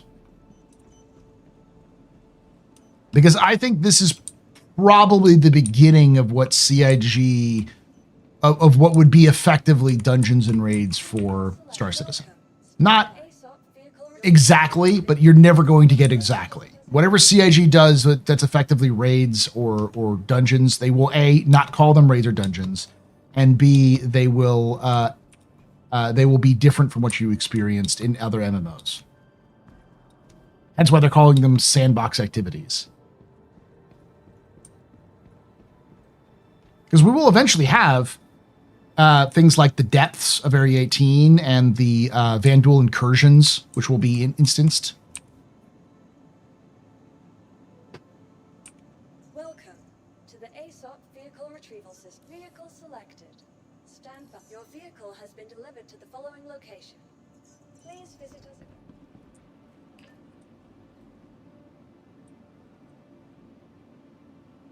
Find raid or dungeon? Well, that's the thing. I don't know enough about MMO stuff in terms of like terminology because I did play MMOs, but I'm not a huge. I'm a normie when it comes to that. My experience with dungeons is that they're instanced events that have an end. They have a beginning, middle, and end. They're scripted to have a sequence. They're sort of like a level in any other game, but they have specific difficulties with them. So like they have a specific like level cap you're supposed to engage them on.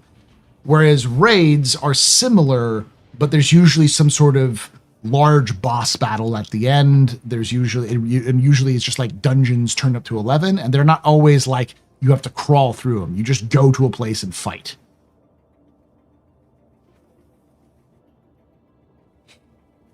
That's my understanding of those. But I could be entirely wrong.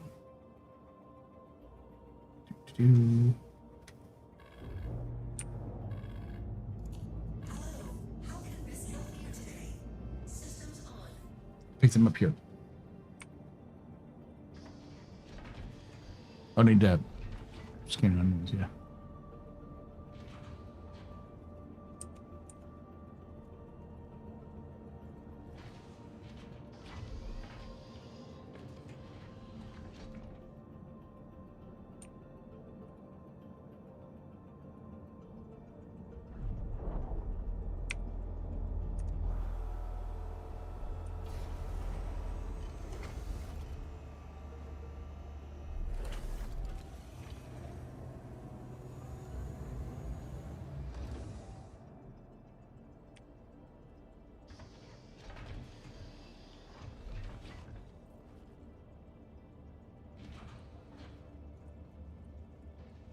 I'm worried that terminology isn't absolute and definitions vary between people. That is true.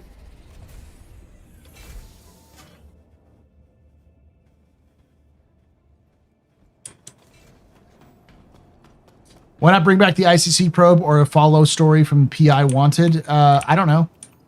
That's a completely different discussion to have.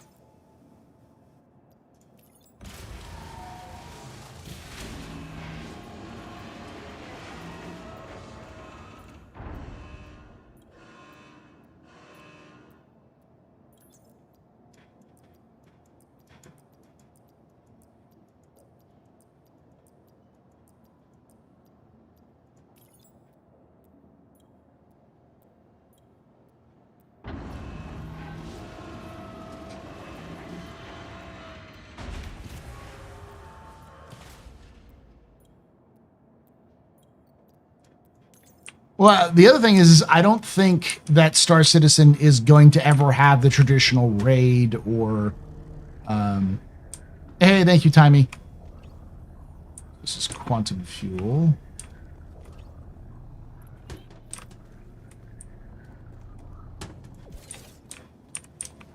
Okay. Stims are everywhere, so let me switch them.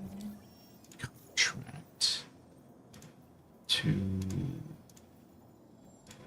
I got 51 minutes to get this done.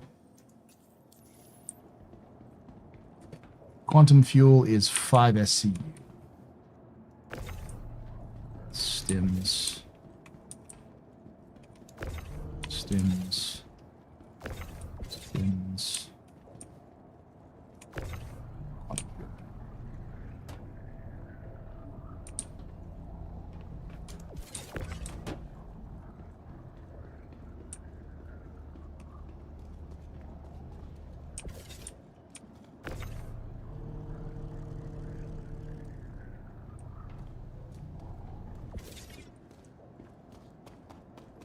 Fuel's at 48.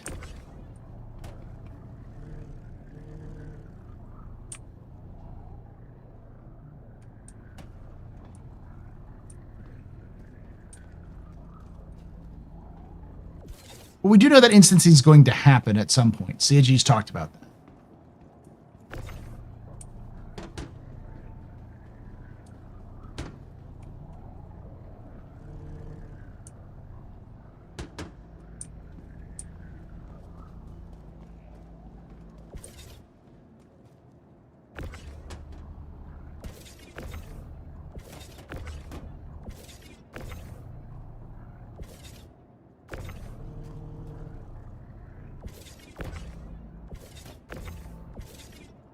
So I was right. Just want to make sure that, because I saw fuel, I'm like, wait, was that hydrogen fuel or quantum fuel?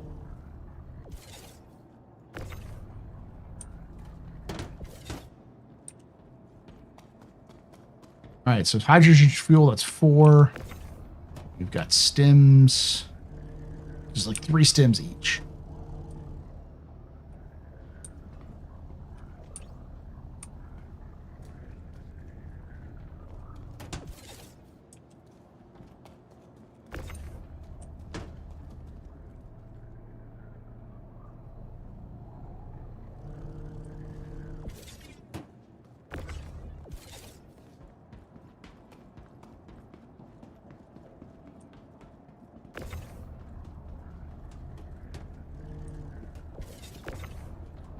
Like, if you have that strict definition of dungeons, you'll never have dungeons in Star Citizen. Which makes sense. Star Citizen isn't a dungeon crawler.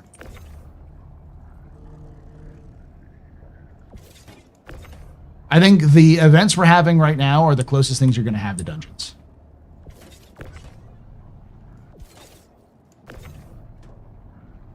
Okay, ship ignition. That's 7 SCs. This might be a little funky.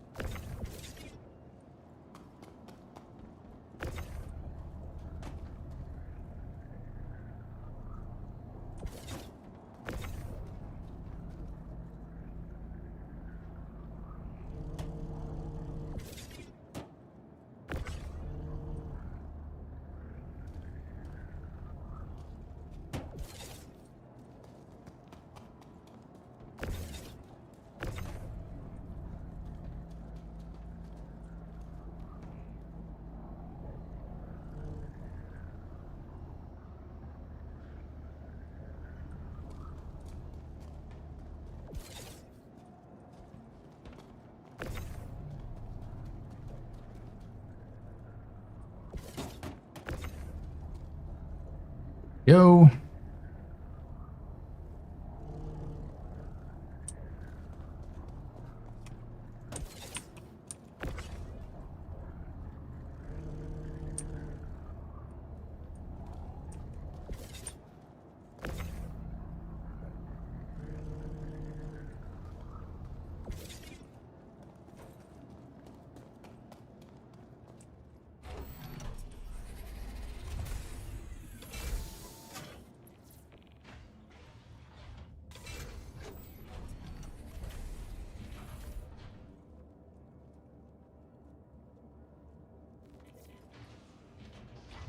Also, back when they really couldn't do content without instancing or sharding.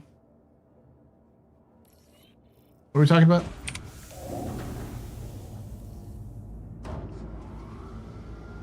Well, I mean, I could actually distribute it out to the other side as well, but instead, I'm just going to focus on this.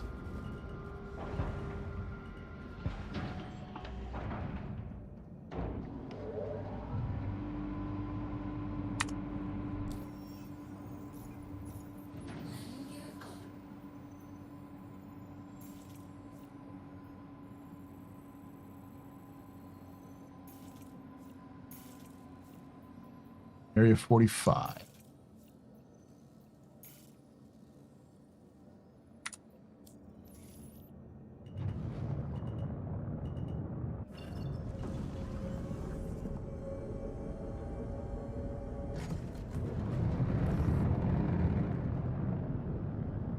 Definitely flies weirder with one side loaded up.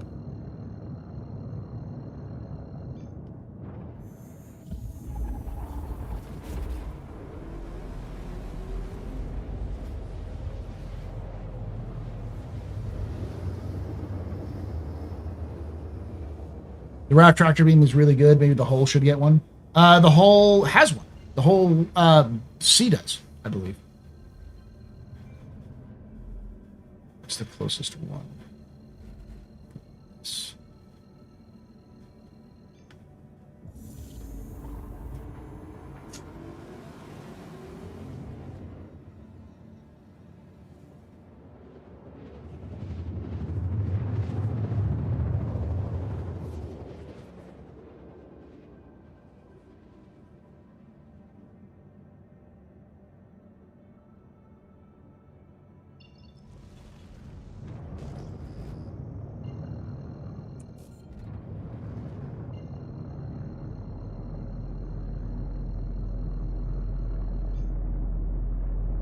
I don't know if the whole B has the tractor beam, but I know the whole C does.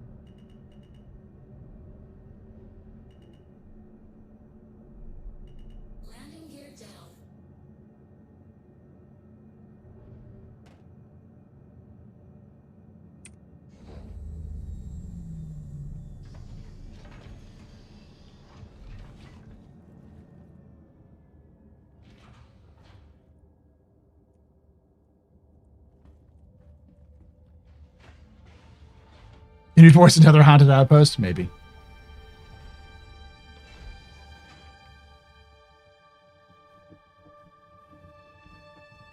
so where am I? Area 45. Okay. So what is 45? It is the ship ammunition. Okay, that's the biggest one, so that's easy.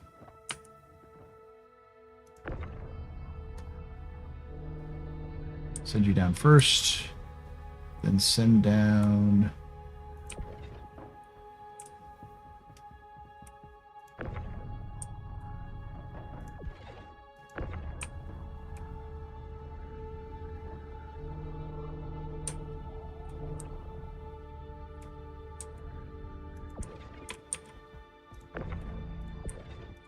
Stims.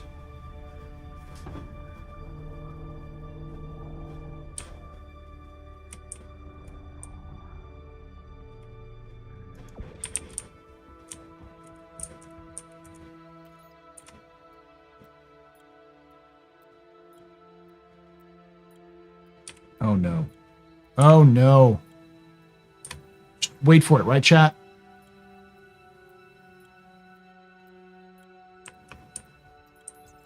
It's still there. God. Okay, good. There we go. And then just got 3 stims and we're good to go.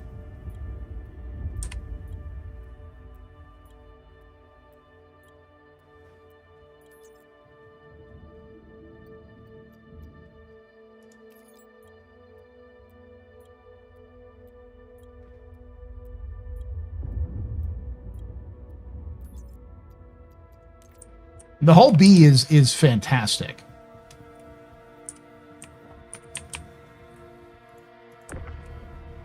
Stim 1, Stim 2. All right.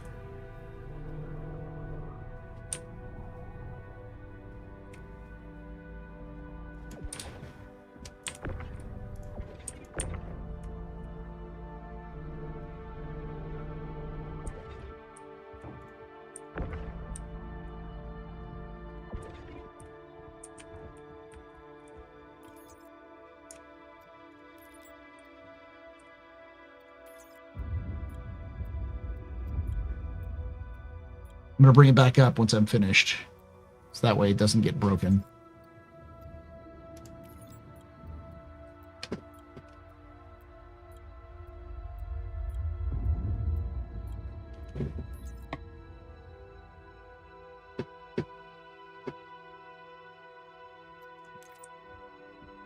Good.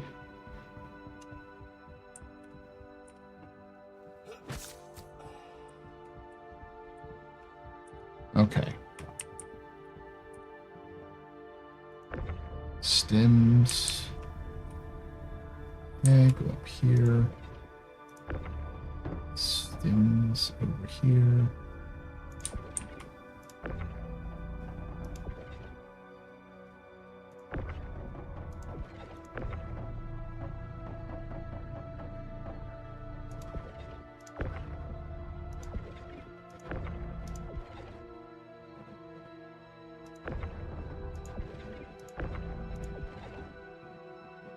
Yes, I still have 2 stims. Hydrogen fuel, stims.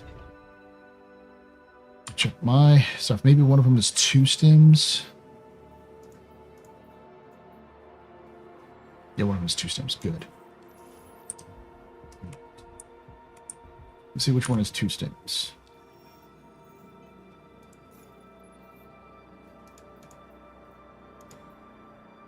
Two stims is 61, which is the fuel.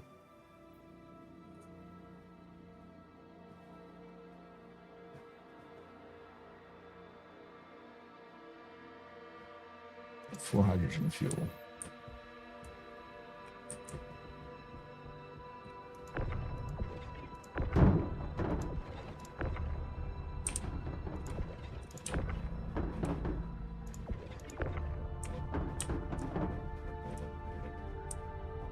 So that's set up perfectly fine. Perfect. Wonderful. All right. I was secretly smart, chat. Secretly knew how to do that. Woo!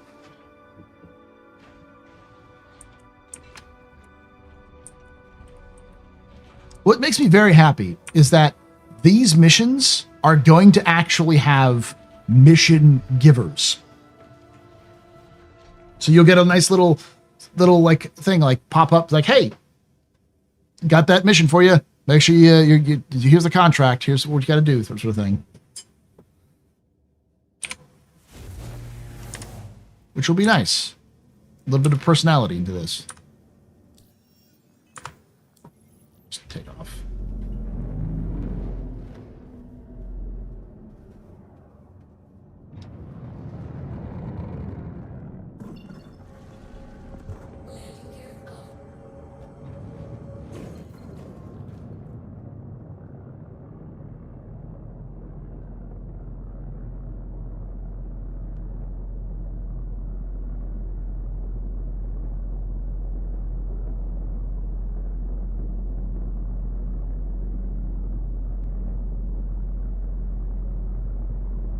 My favorite gameplay, it relies on elevators. Oof. Yeah.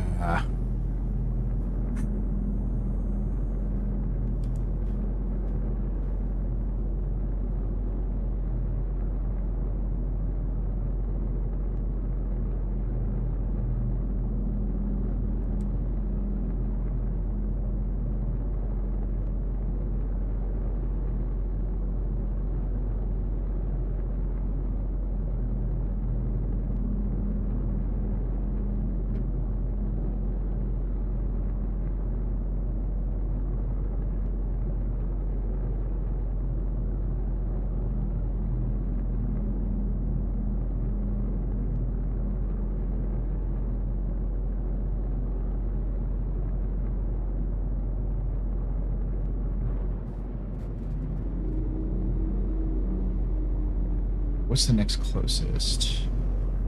400, 500, 200.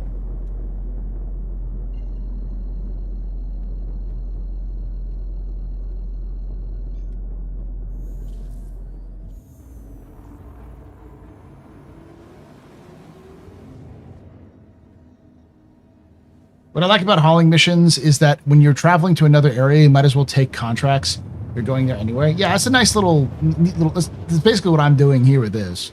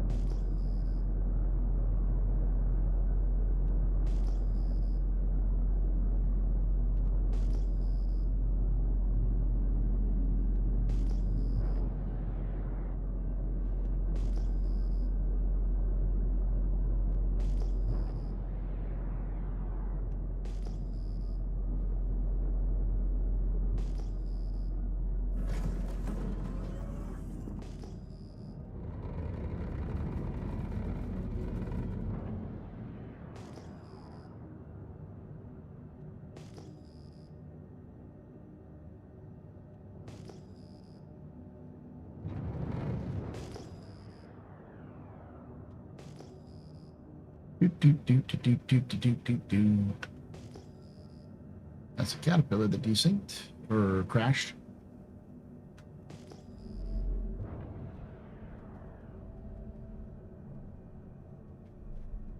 Landing gear down.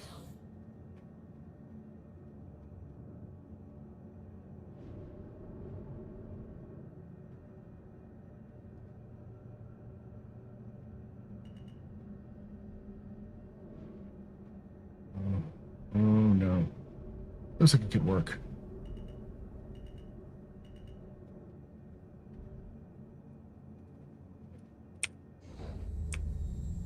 All right, let me take my helmet off.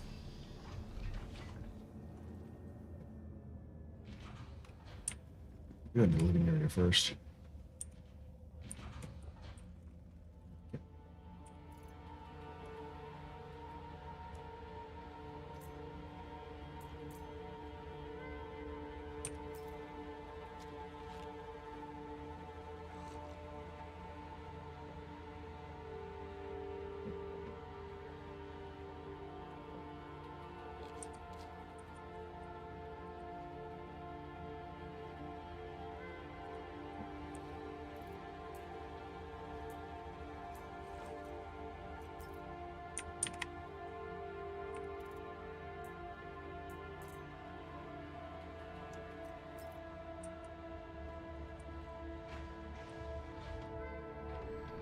I can't wait to enjoy space cookies. Yeah, those are just decorative. I don't think you'll ever be able to enjoy those.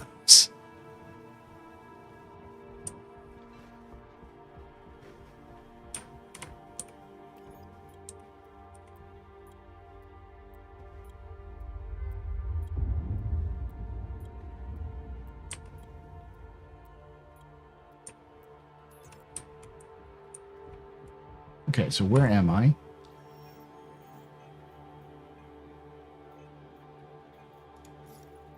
I am at 48. What is 48? It's the 5 quantum fuel. Okay, so it's this one right here.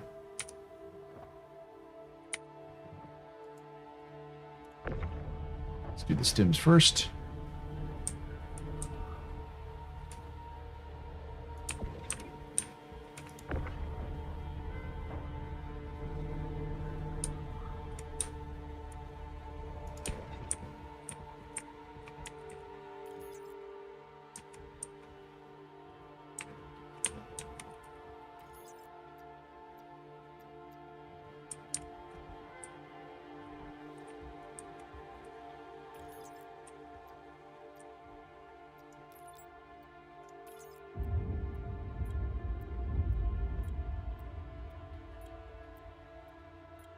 It hacks in the top right. Sometimes I can clear it.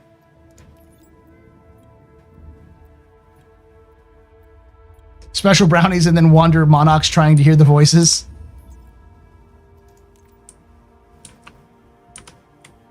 Ah, the prophet.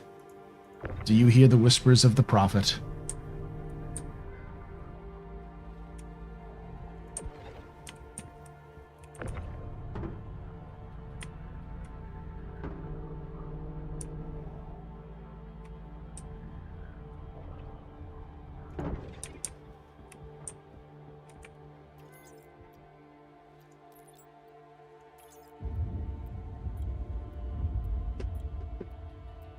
All right, 2 more stops, and then we're done.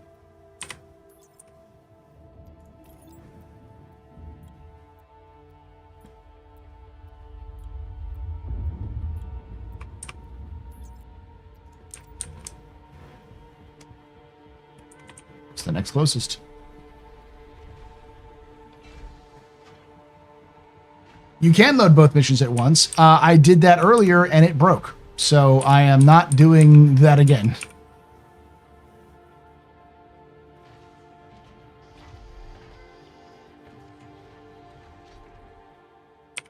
I'm sure it works, but I did not have it on the server, so I am not tempting fate.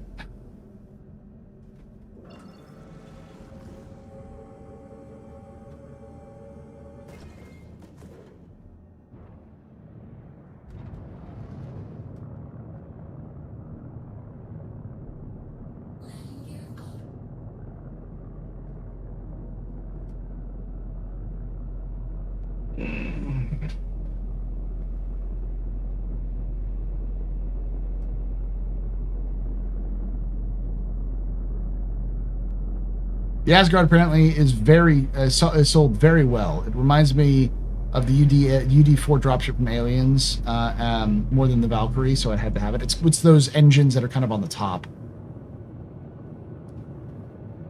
Because the Valkyrie kind of has that shape already, but it was the engines on the back that kind of prop up that direction. Great.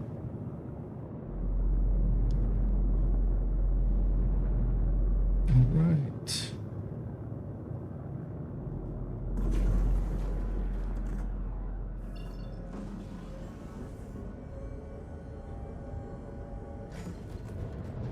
That's 500. That's 400. 400. Apples can be hit or miss, however, DCs and stations work well. Yes. Generally speaking, the stations... I've never really seen stations fail since the initial implementation of cargo elevators. And distribution centers I've never seen fail as well. What's missing in the Polaris Med Bay, in my opinion, or in Luna's opinion?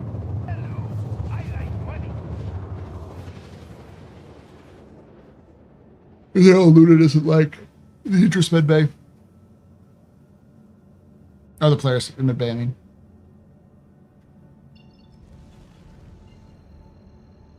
Hey, authentication.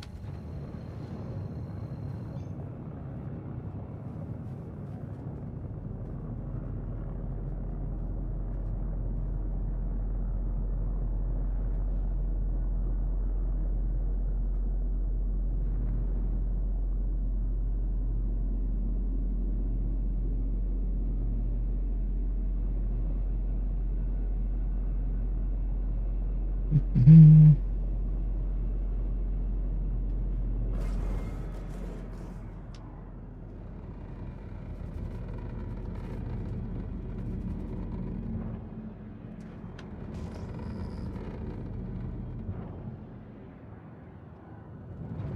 This must be an unknown location. Shit.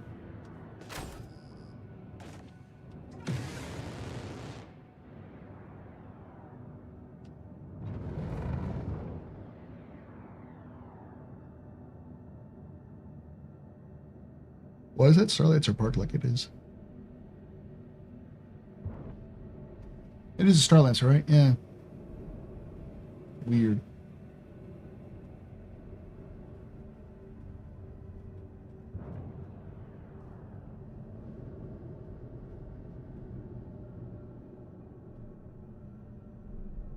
Landing gear down. Is a Super Hornet here?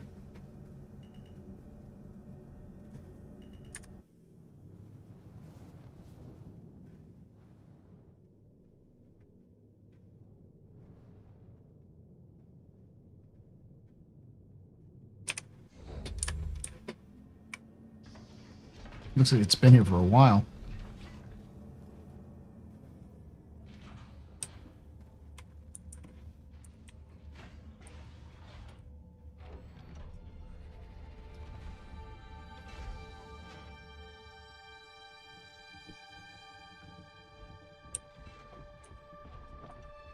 Okay, so where am I?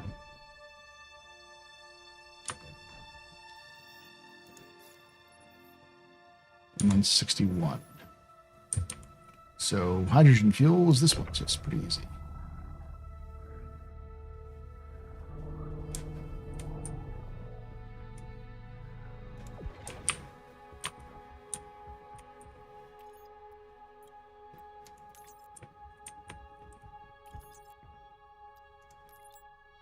Perfect.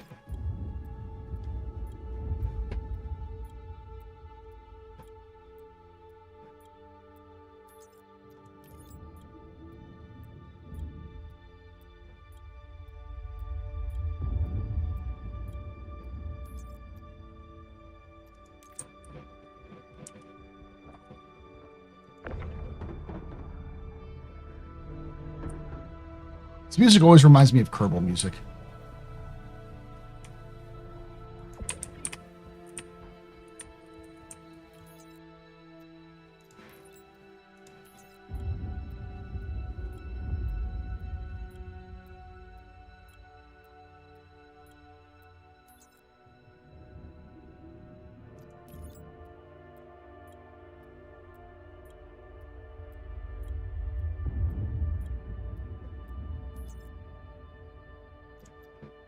All right, one more. Let's see what kind of money I have. 3 1. So this is going to be. I'm going to be at 327, I think, after this. Man, I'm getting close. The goal is to get my rep up with Povalex, but also to earn more money so I can get the raft. Once I start doing the raft, I can start doing the big, like the medium runs for like the 130 plus. So cool, though.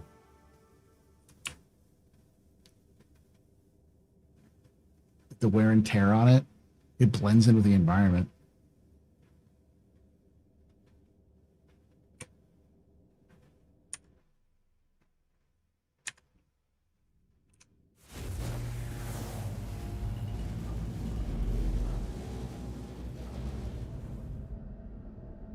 Jed Kerbin. Kermin. Kermin. Kermin. Or Ed, I think.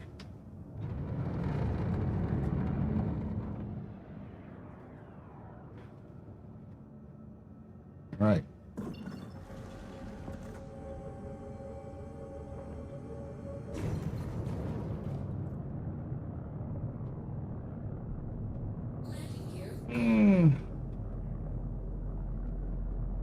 Oh, I need to get my one caffeine drink for the day. I'm kind of already late on it. That's why I'm a little sluggish.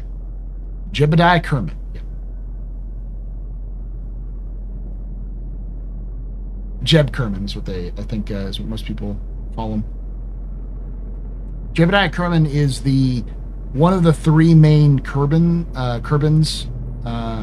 You can fly. Who are like, not. Well, Jeb's a pilot, but like Kerbal-nauts. They're the three Kerbals that you can use to pilot your ships in Kerbal Space Program.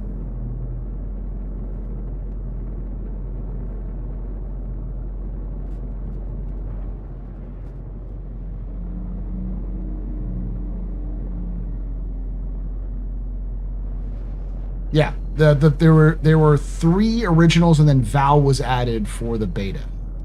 Those are the four originals, though. Val, Jeb, I forgot the other two. Bob is one of them. I forget who was the last one. It's Jeb, Bob, Val, and because Bob always freaks the fuck out.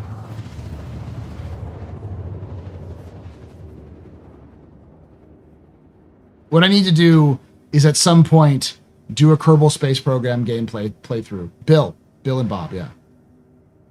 Is do a highly modded Kerbal Space Program playthrough. With some specific goals.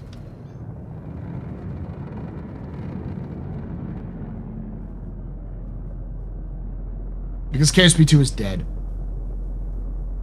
So fucking mad about that.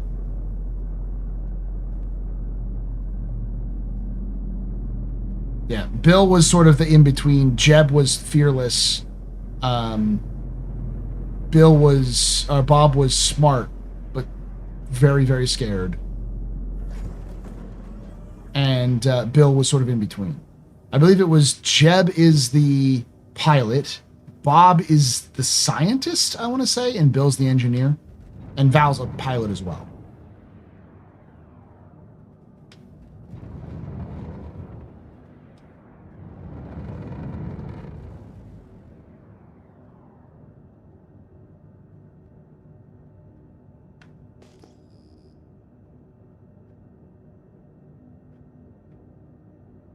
Fucking take two. To be fair, KSP2 was doomed from the start. I've seen a couple of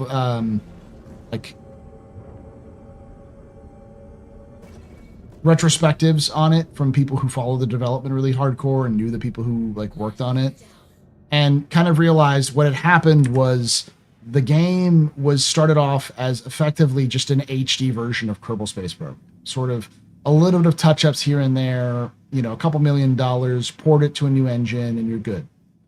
Instead, they decided to make a brand new game with a bunch of new ambitions. That wasn't part of the original scope of what the funding called for.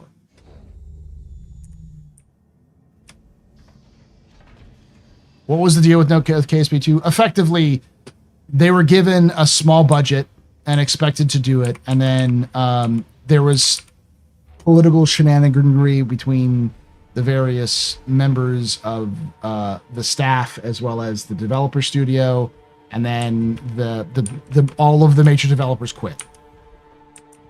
So they had to build a brand new studio, and that studio then quit. And then they had to build a brand new studio. So they had to form two brand new studios in order to have it work. By that time, they had spent so much fucking money on it that they were never going to get back, that they were forced to go into early access, and the early access didn't sell enough.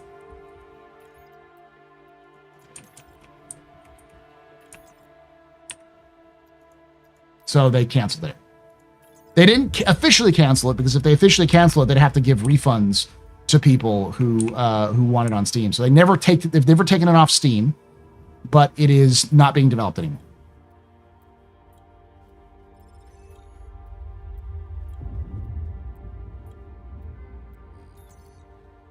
Yeah, they have suspended development so they can get around the legal requirements of giving people their money back.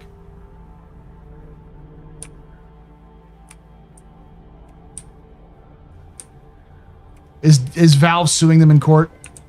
Because it's a pretty high profile case that, like, it's clear Take-Two, the publishers of fucking GTA, mind you, and Civilization, are pulling so they can get fucking pennies back on their investment. It's such a bullshit move on Take-Two's part.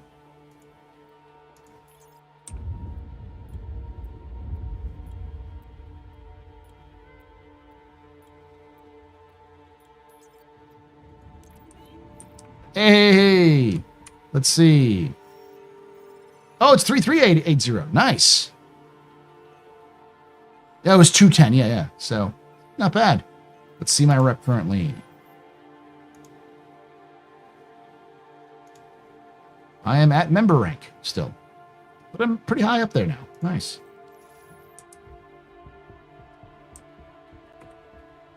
Blind corporate greed. Yeah.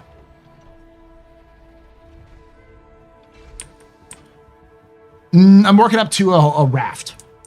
Raft is now the new mid-range go-to hauling ship. It has both a tractor beam and 190 SCU of cargo.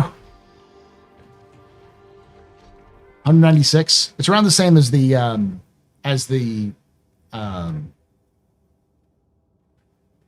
Asgard, but it has its own tractor beam built in. So.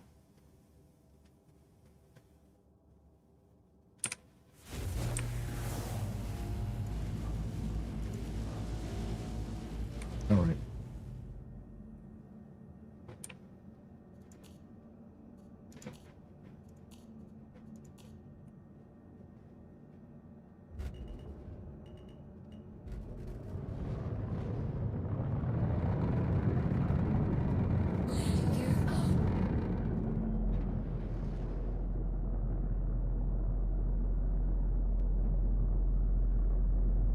Connie has 170. Yeah, the Raft has 196, and it costs 3.5 million in game. The Connie, all of the Connies cost 8 million. It's a fucking steal.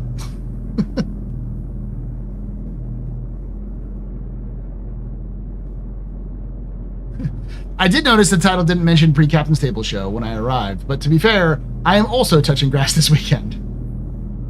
It's a good weekend to touch grass. There's another game going on, and there's a lot of combination of features, but we will be back for Thursday. So Thursday morning, I think 10 a.m. Eastern is what I said. We're going to be doing a Captain's Table. So I'll be up earlier than that to do some pre-show, and we'll do a Captain's Table from like 10 a.m. to like 2 or 3, and then I'll move on to do a little early office hours on Thursday.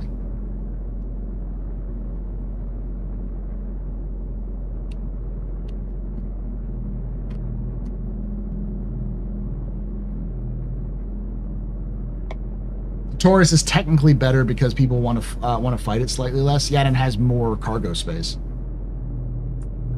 It has about the same as the Raft, but it's, again, 8 million.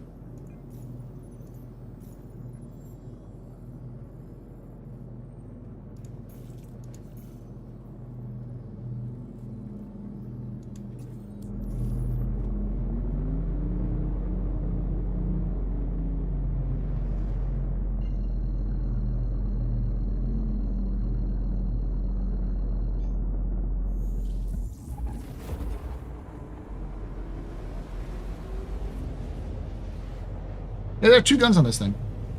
2 tiny guns.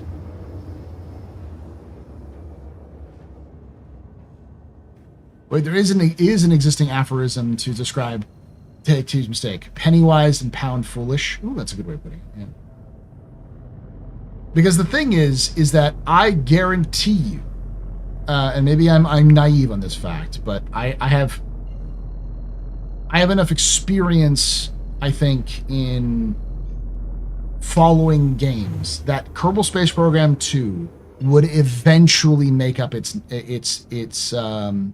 loss over the course of its entire lifespan. And I know who's going to prove that fact, which is Kitten Space Program. So the Kitten Space Program is the spiritual successor to Kerbal Space Program. It's being made by RocketWorks, which is the same company that made a couple different games. It's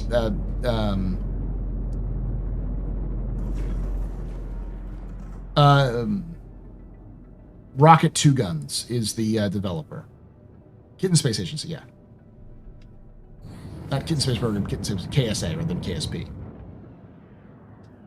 Oh, Raft you can add too much. Nice. A giant failure by corporate terms because it didn't earn. It's not going to earn back all of its money in one weekend.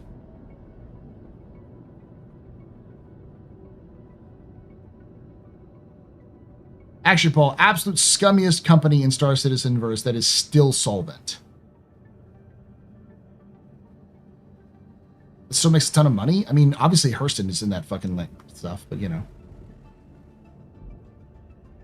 He was the modder who made DayZ, yes, and made the DayZ standalone. He also made a couple of other games. There's one, Stationeers, I think is what he made. And then he also made a survival game, a space survival game. But he was always a space guy. Like, his survival thing was sort of like an accident, a loop, a fluke when he made it. And so when DayZ took off, he was like, but he was always a big fan of Chaos Kerbal Space Program. So, Icarus, thank you. That was the one. Icarus is pretty good. And Stationeers was pretty fun. But they were like kind of minor hits, I think. Assassin, you've been hanging out here pretty recently. So you say, I've been planning on getting this game from my cousin, and I was thinking about picking up the Arrow package. I originally got the Aurora package. I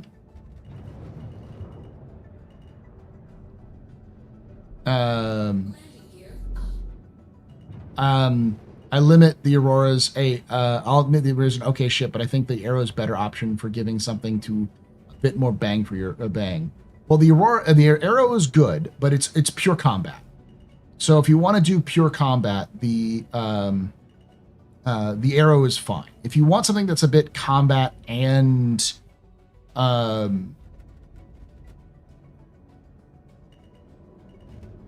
think you're up.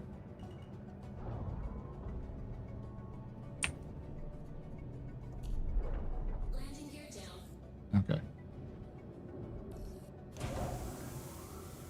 Yeah, with some combat but more flexibility, the Avenger Titan is what is the go-to, and it's slightly cheaper than the Arrow. If you want pure combat, yeah, Arrow's fine. But if you're already going that direction, the Gladius might be a better option. The Nomad is a good one too.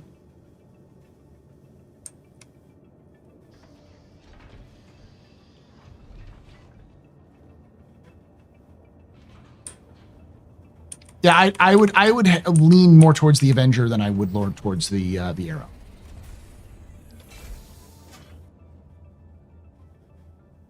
It's the best starter in the sense that it gives you the most well-rounded option, like bang for your buck sort of thing. That front nose is pretty big. It's got a size 4 nose mount. Welcome to the ASOP Vehicle Retrieval System. Your vehicle has been moved as visitors again.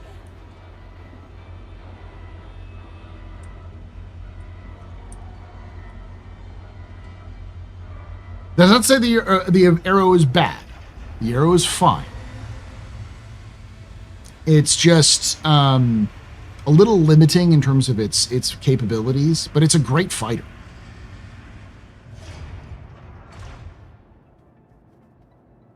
Titan not only has 8 SCU, but it also has a bed, so you can bed log, not combat log, but bed log.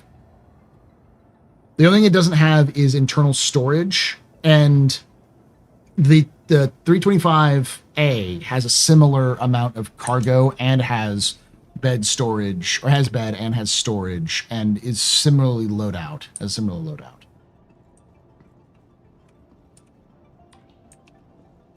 Hey, Paul, remember when the Super Hornet Mark 1's loadout was peak? 2 size 1s, 2 size 2s, and 2 size 3s? Yeah, I remember that.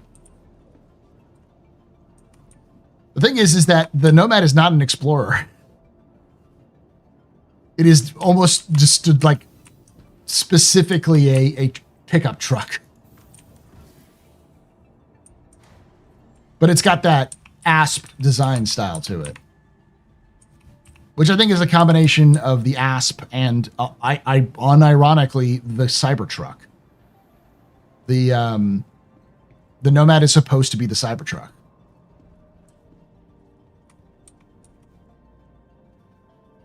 The El Camino, yeah. All right, be right back, and then we'll kind of... It's a Cybertruck, but it works.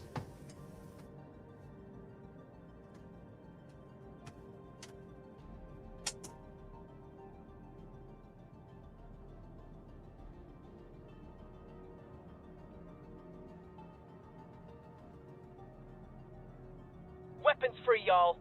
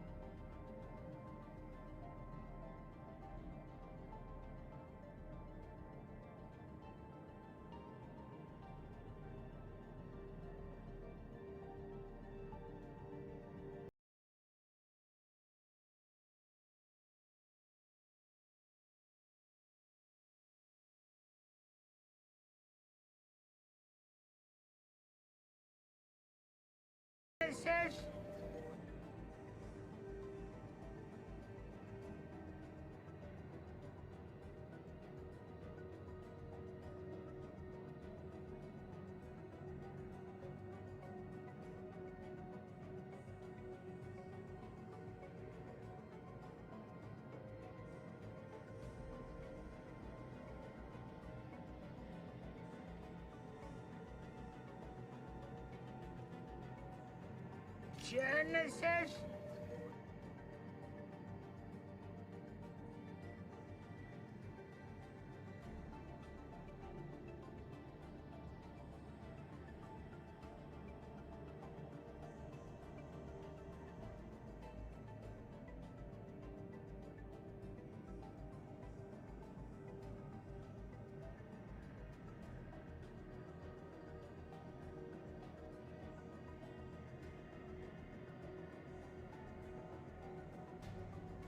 Cat tax. No, no, no, no, no, no, no.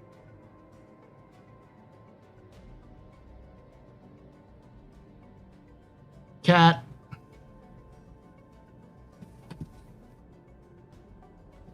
Yes.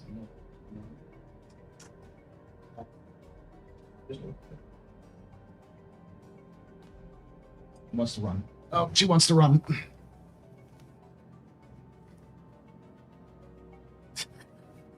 And she's done. Now she's going to go explore. That's Kit. She adopted us. The story behind Kit is kind of funny because she legitimately... Yes, Kit, we're talking about you. She legitimately showed up at the door, front door, at our house, under our car, and in the middle of July in like 2023. And her and her two sisters were under the car because it was like 110. It was like the hottest day of July, and they were under the car trying to seek shelter. And we went out, and we have cats. We got food, and we got water, and we poured some food and some water in bowls and put them just outside of the garage because they were like the car was just outside. And we waited there, and the other two sisters were like, "Oh, I don't know." And Kit just kind of goes, boop, boop, boop, boop, boop, boop, boop, boop, just like kind of walks up, immediately starts eating and drinking. And then after a few moments, she just walks into the garage and starts exploring. Just be like, "This is my place now." And we were going to round all of them up and then get them to a vet because we thought that they'd been abandoned by their mother. To get them to a vet so they can get adopted. But like Kit was the easiest one to capture. So Cam was like, "Black cats never get adopted. Can we adopt this one?" And it was just like, I mean, she's already adopted us, so yeah, sure. So we took her inside, and her two sisters were still kind of away. But literally the day we took her in, the next day, her mother showed up. Yes, Jack. You want uppies too? You want uppies? You're in while I'm streaming. You know the rule. The rule is cat tax. And this is our big cat, Jack.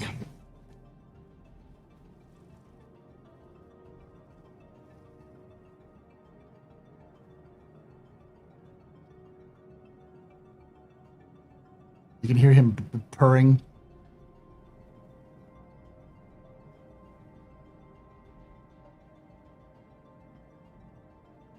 He is purring really high. You want down, buddy? Okay. What is that, dude? I don't like him in here when I'm streaming because he sits right behind my chair. And, like, if I move the chair at all, it might hurt him. And I'm like, I don't want to do that.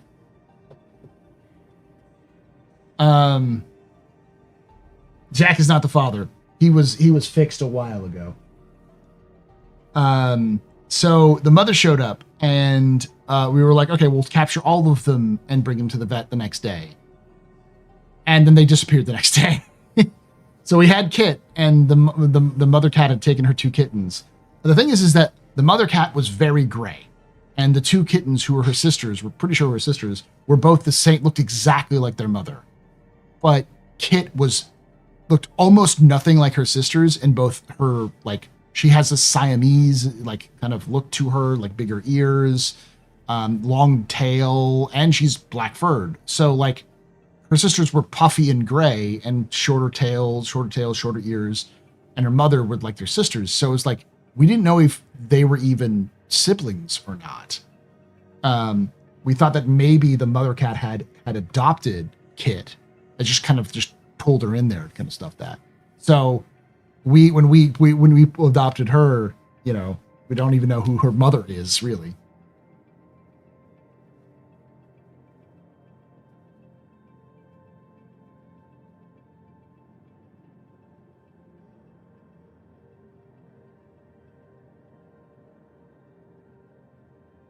Yeah, I did that. Took in a stray kitten, was going to rehome it, and it was in 2022. Guess who still lives with us? Yeah.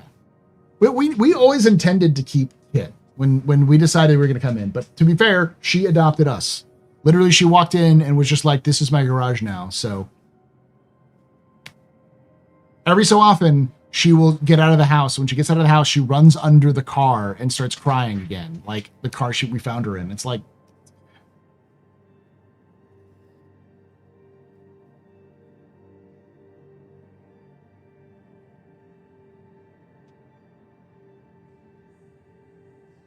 hey, Nix, welcome. Yes, Jackie boy. What's up? You want pets? He wants attention. Jack, we adopted from the pound, or from the pound. He's from the animal control. Animal control was called about a mother and her kittens living under a deck in Knoxville, Tennessee, because we were living in Knoxville. Well, it wasn't Knoxville, but it was around Knoxville. And we had Abby at the time. And so we went in to go look at the various cats, the kittens that were there, because the mother abandoned the kittens because they were living under this deck. And so they were able to coax the kittens out with a cheeseburger. And so the kittens came out, old enough for, they had been old enough to live on their own. And Jack was one of like 12 cats. It was a huge litter. It was like 6 to 12. He was one of like 2 boys in that litter. And when we got there, it was just him and his sisters, and we needed a male cat because we already had Abby, and we knew that 2 of the same gender cats can sometimes not get along very well.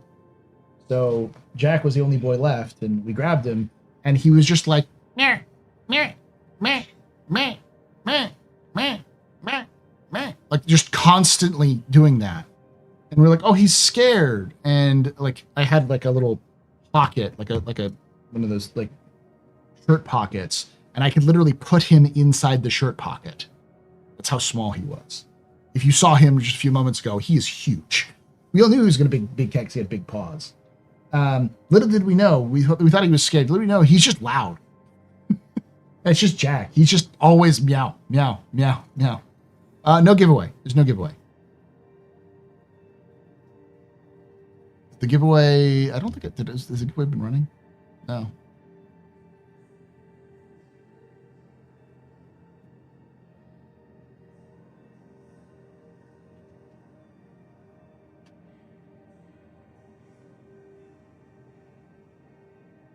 Yeah, so of the cats, we have Fancy, who's very demure, very polite. She goes, meow, like super kitten-like.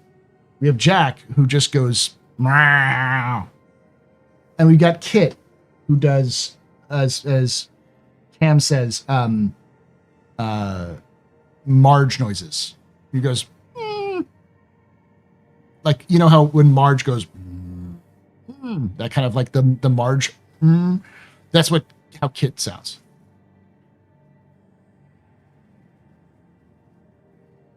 The giveaway was cat stories, yeah. Yes, Kit. That is a light. Please do not knock it over.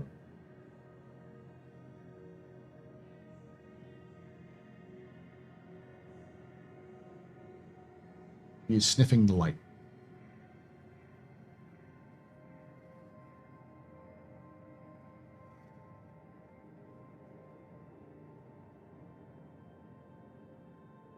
We've got a tuxedo cat, a black cat, and a calico.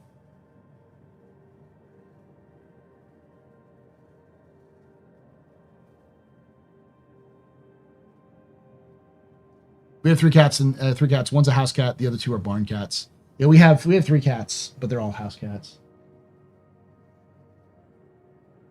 We're probably not going to get another animal until we have kids. Then we'll get a dog. Jackie boy he's old. He's 12 now, I think. Yeah, Jackie boy.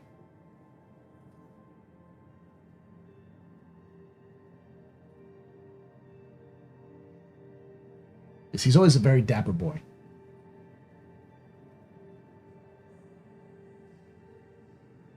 Because he's got the white chest. He's got little white paws. For all his paws. And whenever he sits with his tail curled around him. So we're pretty sure he's part Maine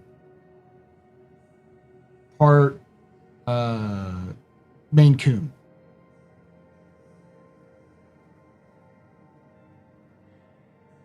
That's sorry to hear that, Captain Dracaro.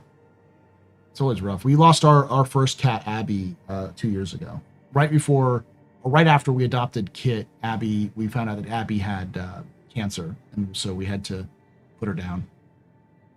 But it was in our house. We had someone come in and help us, and she went to sleep and passed on.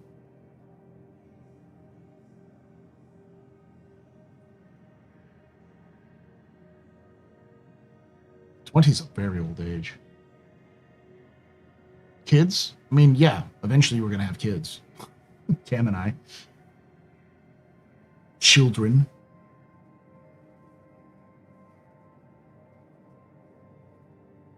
All right, y'all. Thank you for watching. Thank you for hanging out. Sorry we didn't do the Captain's Table today, but we will be doing it on Thursday. So we're going to have an impromptu longer stream on Thursday. I may end up just doing an 8-hour stream on Thursday.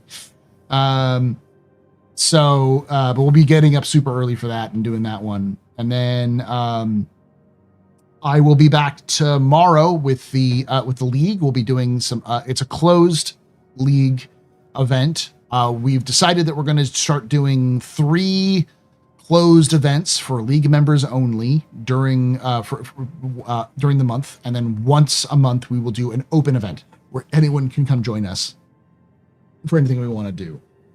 Mostly because we want to try to keep things manageable and to know people, what's going on, especially for like high intensity stuff like, CZs or Hathor or those kind of things. Thank you for watching. Thank you for hanging out. And like I say every time, to see you someday, the black. Oh, also, last one. Watch the lore video. There's a new lore video out I just released today. Well, it's released to everyone today. It was out for the last 2 days with members and stuff. It's on the regeneration crisis. Go watch that. Later, y'all.